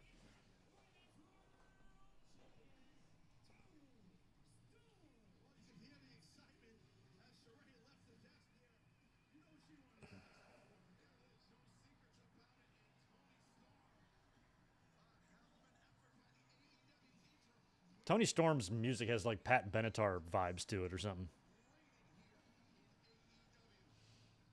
Spectra, I found out recently that Alexa Bliss has like 27 tattoos. We can only see them in black light. I'm going to get one for my kids' birth times. That's kind of cool. So if you go to some crazy club, they show up. Yeah, she doesn't really look like she has any. I want to see. I want to see the Acclaim talk here. Next week on Dynamite, it is National Scissoring Day. National Scissoring Day next week, y'all. Bring your signs. That's right. Bring your big scissors. That's right. And we're going to do the chant all night long. You know why? Because everyone loves the Acclaimed. And we've got more because on Friday night, your forever champs, you have an open contract to defend these titles, baby. Yeah. Uh-oh. Keith Lee. Not here this week. He's exceptionally disgruntled.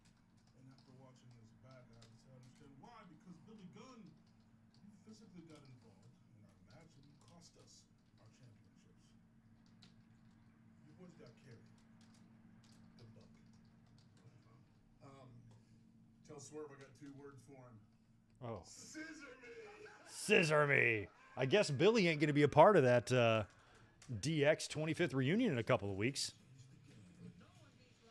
I wish that these companies were on a little bit better terms, because this is the exact type of working arrangement that I wish these companies could have with each other, where Triple H can ring up Tony Khan and be like, yo, Tony, can I borrow Billy for one night?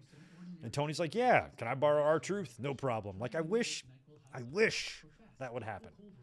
But with current contract tampering and all that shit going on right now, nothing like that's likely of happening.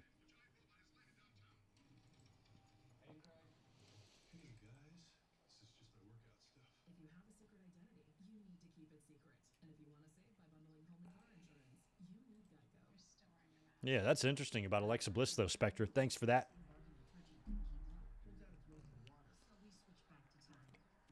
But I can understand that, because I know that WWE doesn't want... I bet you, if Alexa Bliss wanted to get a shitload of tattoos, I bet WWE wouldn't let her. I think Rhea Ripley was the same thing. They didn't want her to get a lot of tattoos either. She said shit in interviews before. Or, of course, Rhea Ripley, you would expect wants to get her shit all done Brody King style. But WWE probably doesn't want that. The same goes for Alexa Bliss. So if she has some blacklight ones, if they ever decided to do a blacklight entrance for her one day, it would probably look pretty awesome. How Jeff Hardy always had like the invisible paint or whatever. I think that'll be awesome. Damn, Victor, you're going to be 40.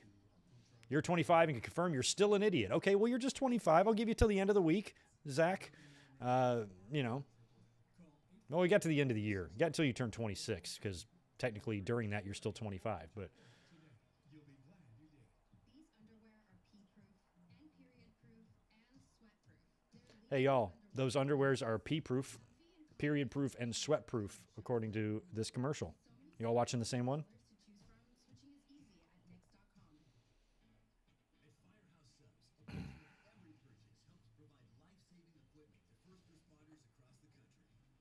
WWE is too ruthless of a business to work with AEW? I don't think so. Not in a small capacity. They've already done this. TNA, doing the Christian thing for the Ric Flair. I think in small situations, yes. Now, WWE would never say, let's make Randy Orton versus John Moxley, or something like that, or send Roman Reigns to AEW. Nothing like that. But I'm talking about small little things. You know how WWE's got the DX thing coming up? I think if the relationship between the two companies were good, Tony Khan would be more than fine with letting Billy Gunn go. It's not like the fans don't know where Billy Gunn came from. So, yeah, you can borrow Billy for the night to come out there and do the celebration, and then they can compensate them in some other way. See if there's somebody in WWE that'd be willing to, instead of forcing them like they did Christian Cage with TNA, see if there's somebody in WWE that'd be willing to go pop into AEW and make a little appearance on TV just for fun. Sami Zayn, just popping his head backstage. What's up, guys? That's all. Here's Andrade. Listen. Andrade's your boss.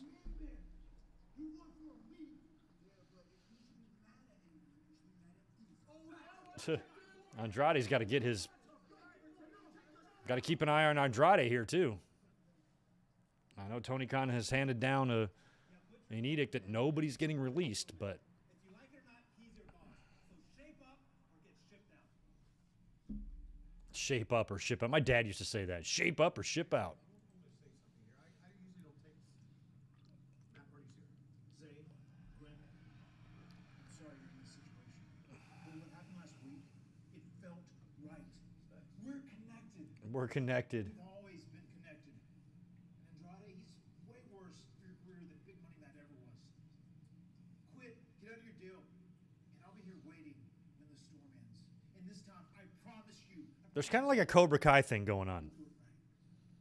Like, Matt Hardy was the original Johnny in Cobra Kai, bringing in these two kids, and then he was taken over by Andrade, who could be like a Terry Silver. And now Matt Hardy's trying to come back and take some of his students back. Like, you don't want to listen to this guy. He's bad for you. Come back to me. I see in the light now. I taught you wrong, Same thing. Here comes Ricky Starks with a big win last Friday night over Powerhouse. Ricky Starks has got one of my favorite AEW themes. It's very important to have recognizable themes that you immediately associate with a particular wrestler the minute you hear it. And Starks has that. So does MJF. So does Moxley. So does Danielson. So does Jericho. So does Darby. Cassidy. Who's this fucker? Well, Starks will win this. Yeah, no, definitely. I had a conversation today, a long conversation with Stark. So he feels great right now. Feels like he's got momentum in his corner. So we'll see how he goes in this matchup here. I like his chances. Let's put it that way. Yeah, Ricky Starks going one-on-one with Eli Isom, a competitor familiar to fans of Ring of Honor. This could be a huge opportunity for Isom. He's able to come away with a victory over Ricky Starks. He's certainly capable of doing so. No, the misdirection. There's the spear. Tried to block it, and Ricky caught him on the other. Deshaun, appreciate the $2, dude. I'm going on a scissoring spree next week. I think we all are, dude. I mean, I'm a little bit pissed. Wow, what a cover. What a cover after the Rochambeau. There needs to be shiny gold things attached to a leather strap wrapped around Ricky Starks at some point. For fuck's sake. I'm pissed that Billy Gunn informs us and only gives us a week notice of National Scissoring Day. I haven't even started decorating yet. Have you guys gone Scissoring Day shopping? Not me. It would be nice to have a little bit more than a week's notice on that. I mean, give me like at least 3 months so I can prepare for National Scissoring Day. I got to go get a tree. I got to hang out the scissor lights outside on the roof. Got to buy my Scissoring Day presents for all the people that live in this house.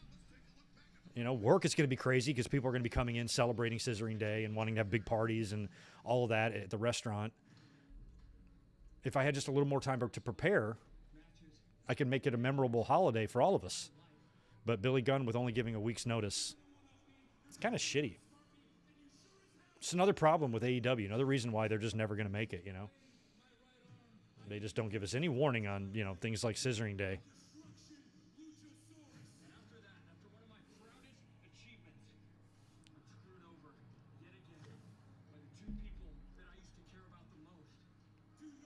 Jungle. Ooh, do whatever you want to me. Hey, Jungle Boy, can you stick some more of that tape on your back? I don't think you have enough.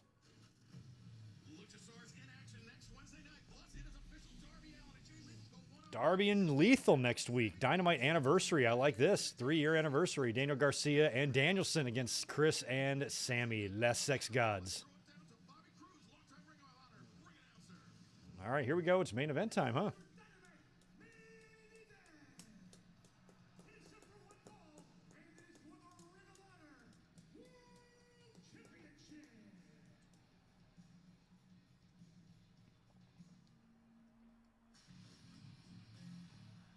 All right, here comes Bandito.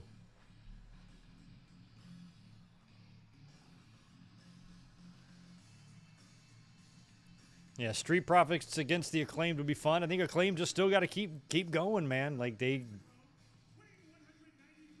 keep getting themselves more over, more experience.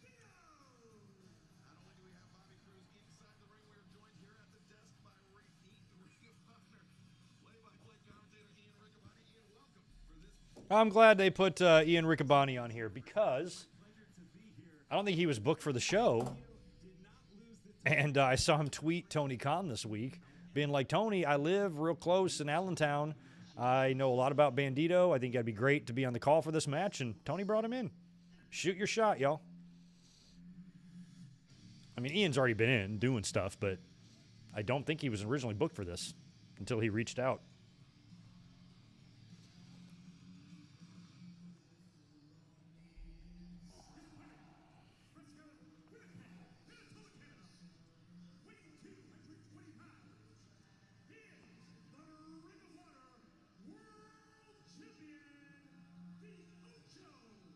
The Ocho. ESPN The Ocho.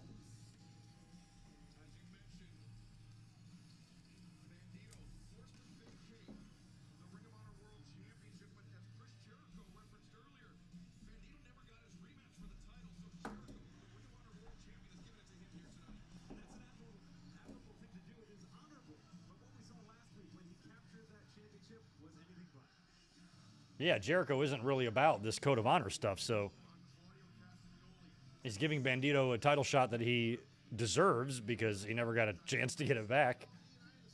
But he's going to do some shitty shit.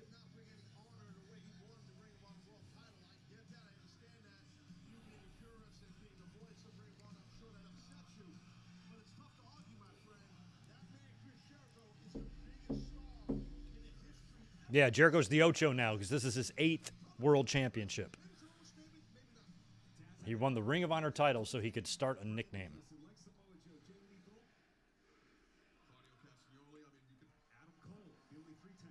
The Ocho. Right now, Bandito, a man who has never lost a Ring of Honor World Championship match in this city of Philadelphia. Will it be the Lucky Charm?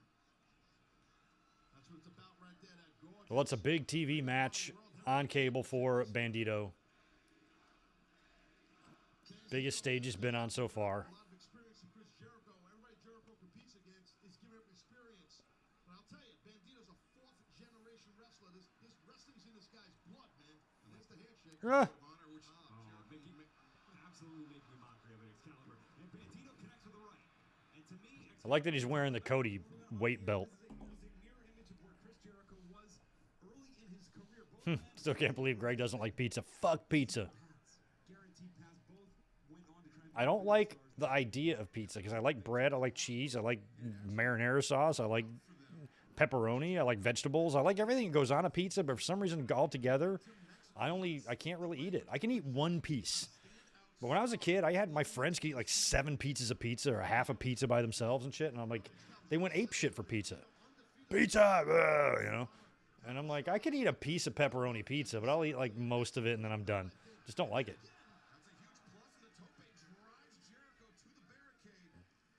And Bandito can fly. We saw him at All In Excalibur. That's where you and I first met. Oh, yeah. Bandito's about to fly. Wow, wow, wow. When I was a kid, you know, because I have 2 siblings, 2 sisters, and we were kids, you know, sometimes on the way home from work, my mom would pick up just a pizza and feed the family with pizzas. But because I hated pizza, whenever we were going to do a pizza night, she would always have to stop at like a Burger King or something and get me like 2 little cheeseburgers. And I would eat cheeseburgers while the rest of the family ate pizza because I just didn't like pizza. Would have saved me some money in my younger days, my college days. Frozen pizzas are cheap as shit. You could just buy a million of those, stick them in your freezer, and feed yourself for months. But I had to get more creative. I had more expensive taste. Yeah, I love spaghetti, love lasagna, love Italian food, love anything tomato sauce. I love making homemade tomato sauce. I can make a great homemade tomato sauce or marinara sauce that I even think Italians would think was good. And I like everything about pizza except for pizza itself.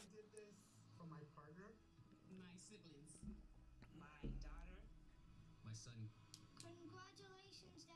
I can kind of eat like a white pizza. I think it's something about the tomato sauce and the bread. I don't know why. Like, I don't like ketchup on cheeseburgers and stuff. Like, if I have a cheeseburger, I can't have ketchup on it. I don't know why. But with the white, like a white pizza that doesn't have marinara, it just might be like a flatbread or something with maybe like feta, spinach, mushrooms. I could eat one of those. I could eat some of that. But like just a traditional piece of cheese pizza, I can't eat it. You know, ordering pizza 3 times a week. Now there's a pizza commercial right in front of me. That's hilarious. No business. And now I know like Papa John's and probably a lot of other places too. They give you that extremely salty dipping sauce that maybe makes pizza a little easier. Ramen noodles suck, Xavier. I've eaten them plenty of times. I don't like them. But they're cheap.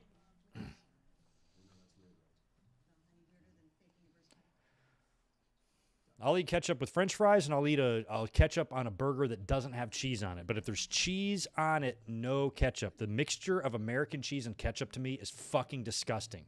It's like people put ketchup on their mac and cheese. Go to hell. It's gross, and you should be locked up. I don't like it. So yeah, there's something about the combination of American cheese, especially any cheese really, and ketchup to me just don't mix. It's like cheese and seafood. You don't put cheese on seafood, you know. Just some shit just doesn't go together for me. Unless it's like a shrimp taco and there's some cotija cheese on there, fine. But don't be melting a piece of cheese over some halibut. 2 count on Jericho. We're watching picture in picture here. And we're back. It looks like, I can't tell. Oh, I was about to say, it looked like the upper deck was tarped off, but I see people up there. Look at that flag. British Royal Navy crew. Is that what that said? Holy crap. I'm glad they're here.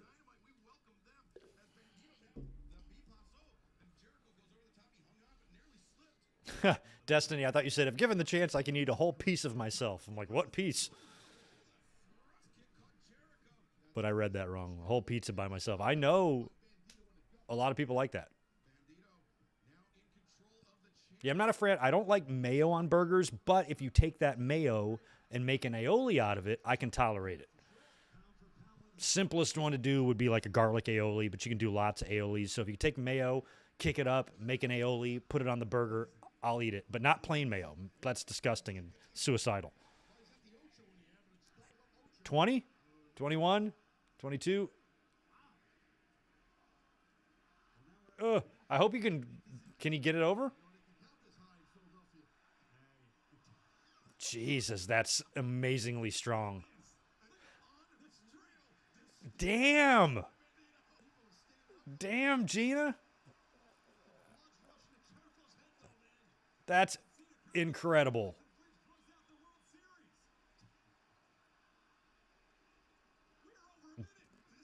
Props to Jericho for...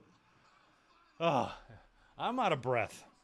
I'm like tensed up, hoping that he's going to hang on. Props to Jericho for being able to hold himself up.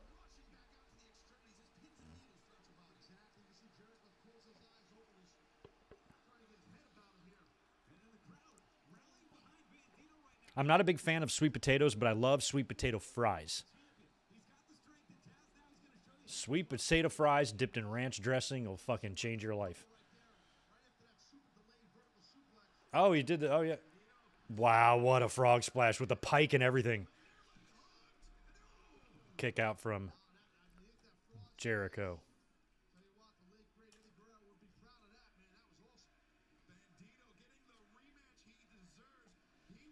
I love that we're talking food in the middle of this main event. I can't really eat eggs either. I'll eat scrambled eggs, but I don't like fried eggs, like with the gooey yolk. I don't like that. Never have.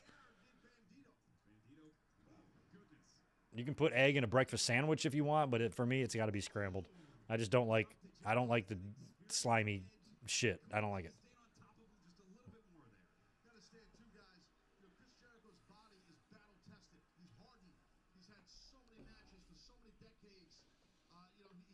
Don't like sweet potato pie either.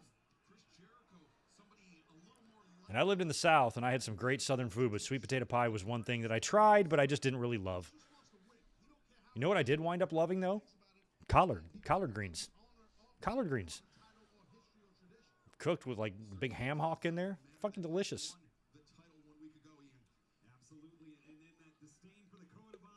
Nobody out here in California knows how to fuck to make collard greens.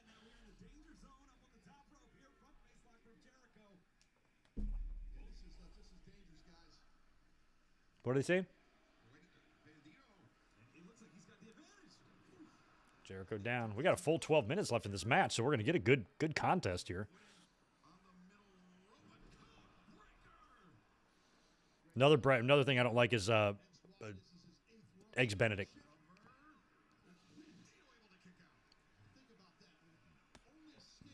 No, I'm not really an egg white person either.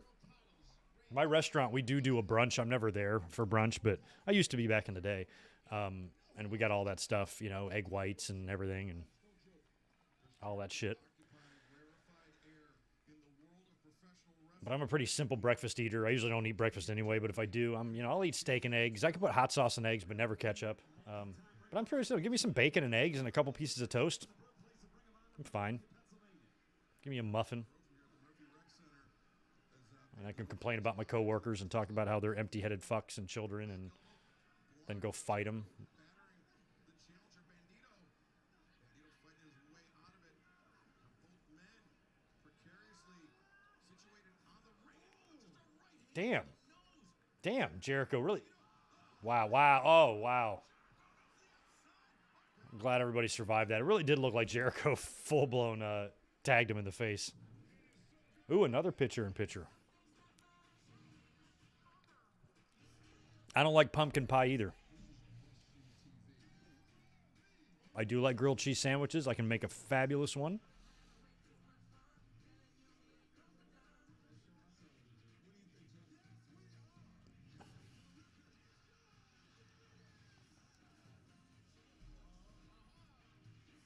French toast made in bacon grease. Wow, that might be pretty good. Fried over there. I guess I could see that. I'm not a big fan of like McGriddles and shit. Like, I don't want my sausage in with the syrup and stuff. And I know a lot of people like that. I just don't.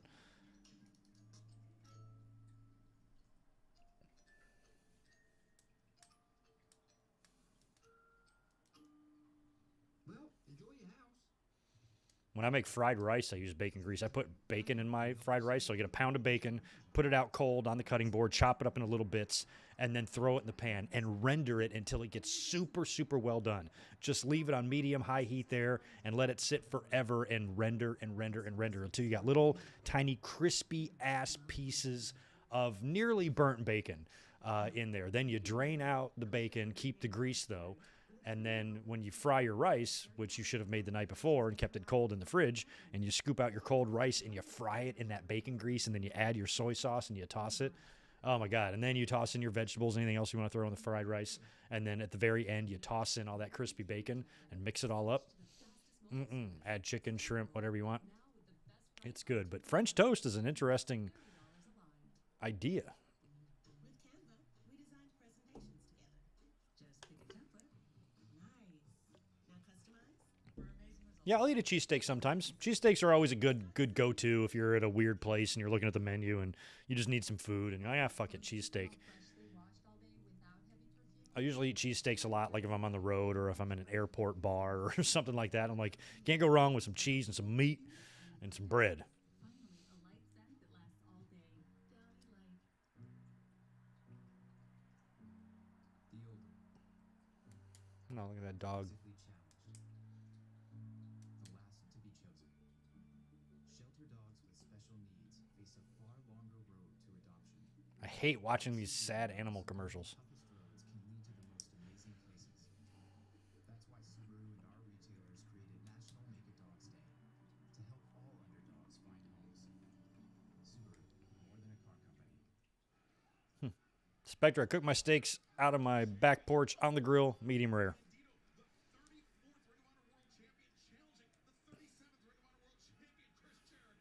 Oh, yeah, see? When Jericho punched him right in the face, you can see all that blood there now. That did look like a legit punch when he hit him on the apron like that. Yeah, Bandito's busted open. Don't know if that's his nose or his mouth or what, but that sucks.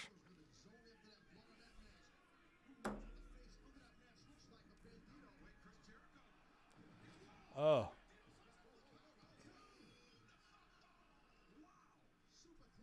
almost crowning a brand new Ring of Honor World Champ. And Bandito, that right hand, it may have broken his nose, and the nose breaks Taz. Not only does it affect the breathing, but the eyes swell up as well. Everything swells up. And like I said, we don't know what's going on under that mask. I know this much. Jericho almost lost the title right there. Oof. Here in Philadelphia, that'd be apropos for Ring of Honor. Jericho, the lights, so on target. Bandito got crushed. 1, 2, no. We're getting into razor thin margins here. Chris Jericho's the GOAT.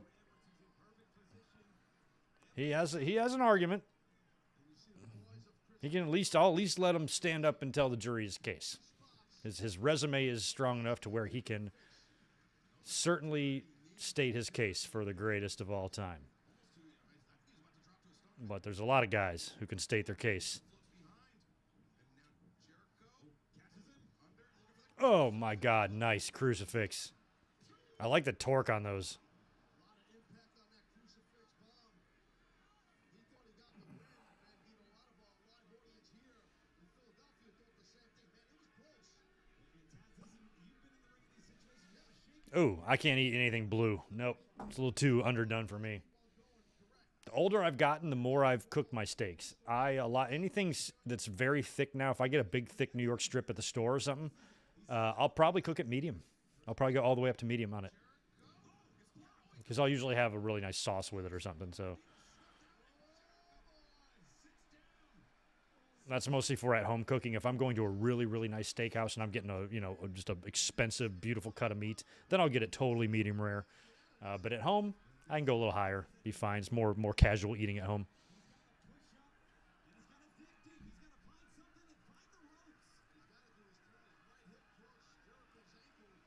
Come on, Bandito.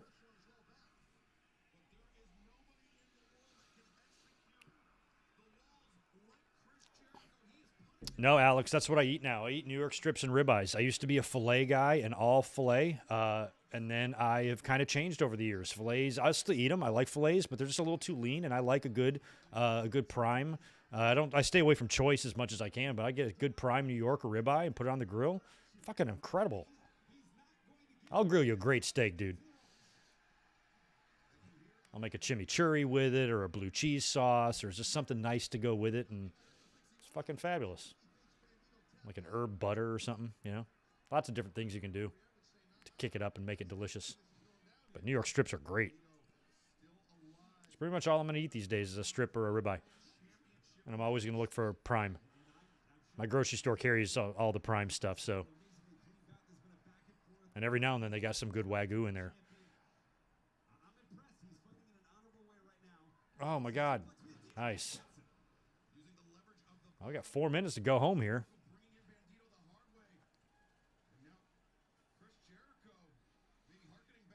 Yeah, I like prime rib too. I mean, prime rib's a ribeye. Prime rib's just the loin that you slow cook, and then you slice it off. But the cut of meat is the same as a ribeye. And prime rib is great, cooked right, with a nice little, herb rub on it. You can slice it thin, make sandwiches out of it, eat it with horseradish cream or something. Oh my God, love it.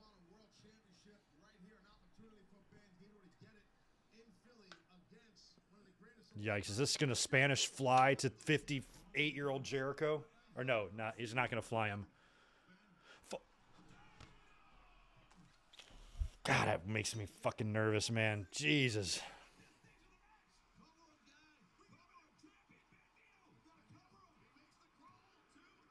Ooh, Jericho kicking out. So he was a fall-away slam. It was a moonsault fall-away slam. I'm sure there's a name for that move. I just don't know what it is. Just based on everything that we saw go on last week with Britt Baker and Julia Hart and stuff, I'm just a little bit on edge. I'm glad everybody's all right.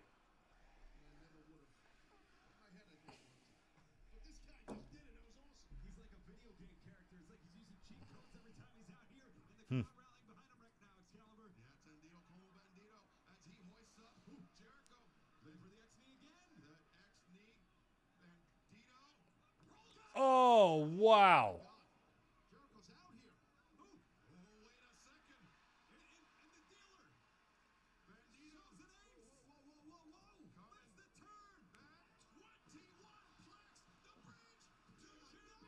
Oh, I really thought, I was like, shit, there's like 2 minutes left. That might actually. Wow, what a near fall. It was a great main event. Good outing for Bandito. I'm happy for him. Main event, cable TV, large audience, in the ring with an icon for a championship. You can't even. Oh, shit. No. Whew. See, I have seen no way of Bandito winning this, but man, he's got me rooting for him. This might be it here. Lion Tamer, he's too far from the ropes. 1 minute left in the show. He's got a tap. He's got a tap. No, he says no. Nah, there he goes. He's tapping. And Jericho retains in a really solid main event, honestly. That was good.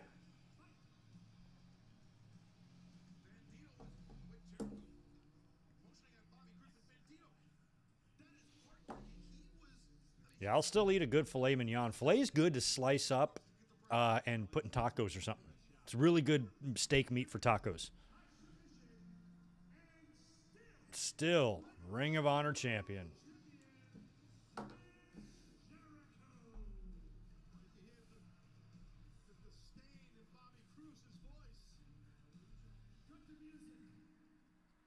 Oh. What's Jericho going to say?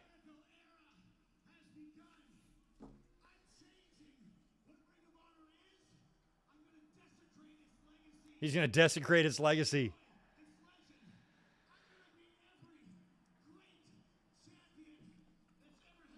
Ooh. Ooh. He's going to beat every Ring of Jericho champion. Oh. Danielson.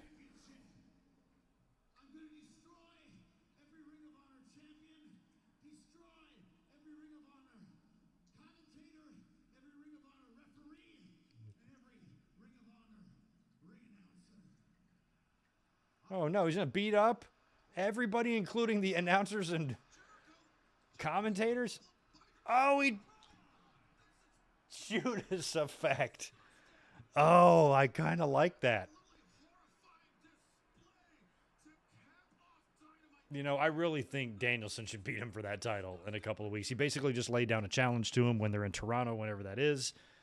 And he says he's going to beat every other former Ring of Honor champion up until that point.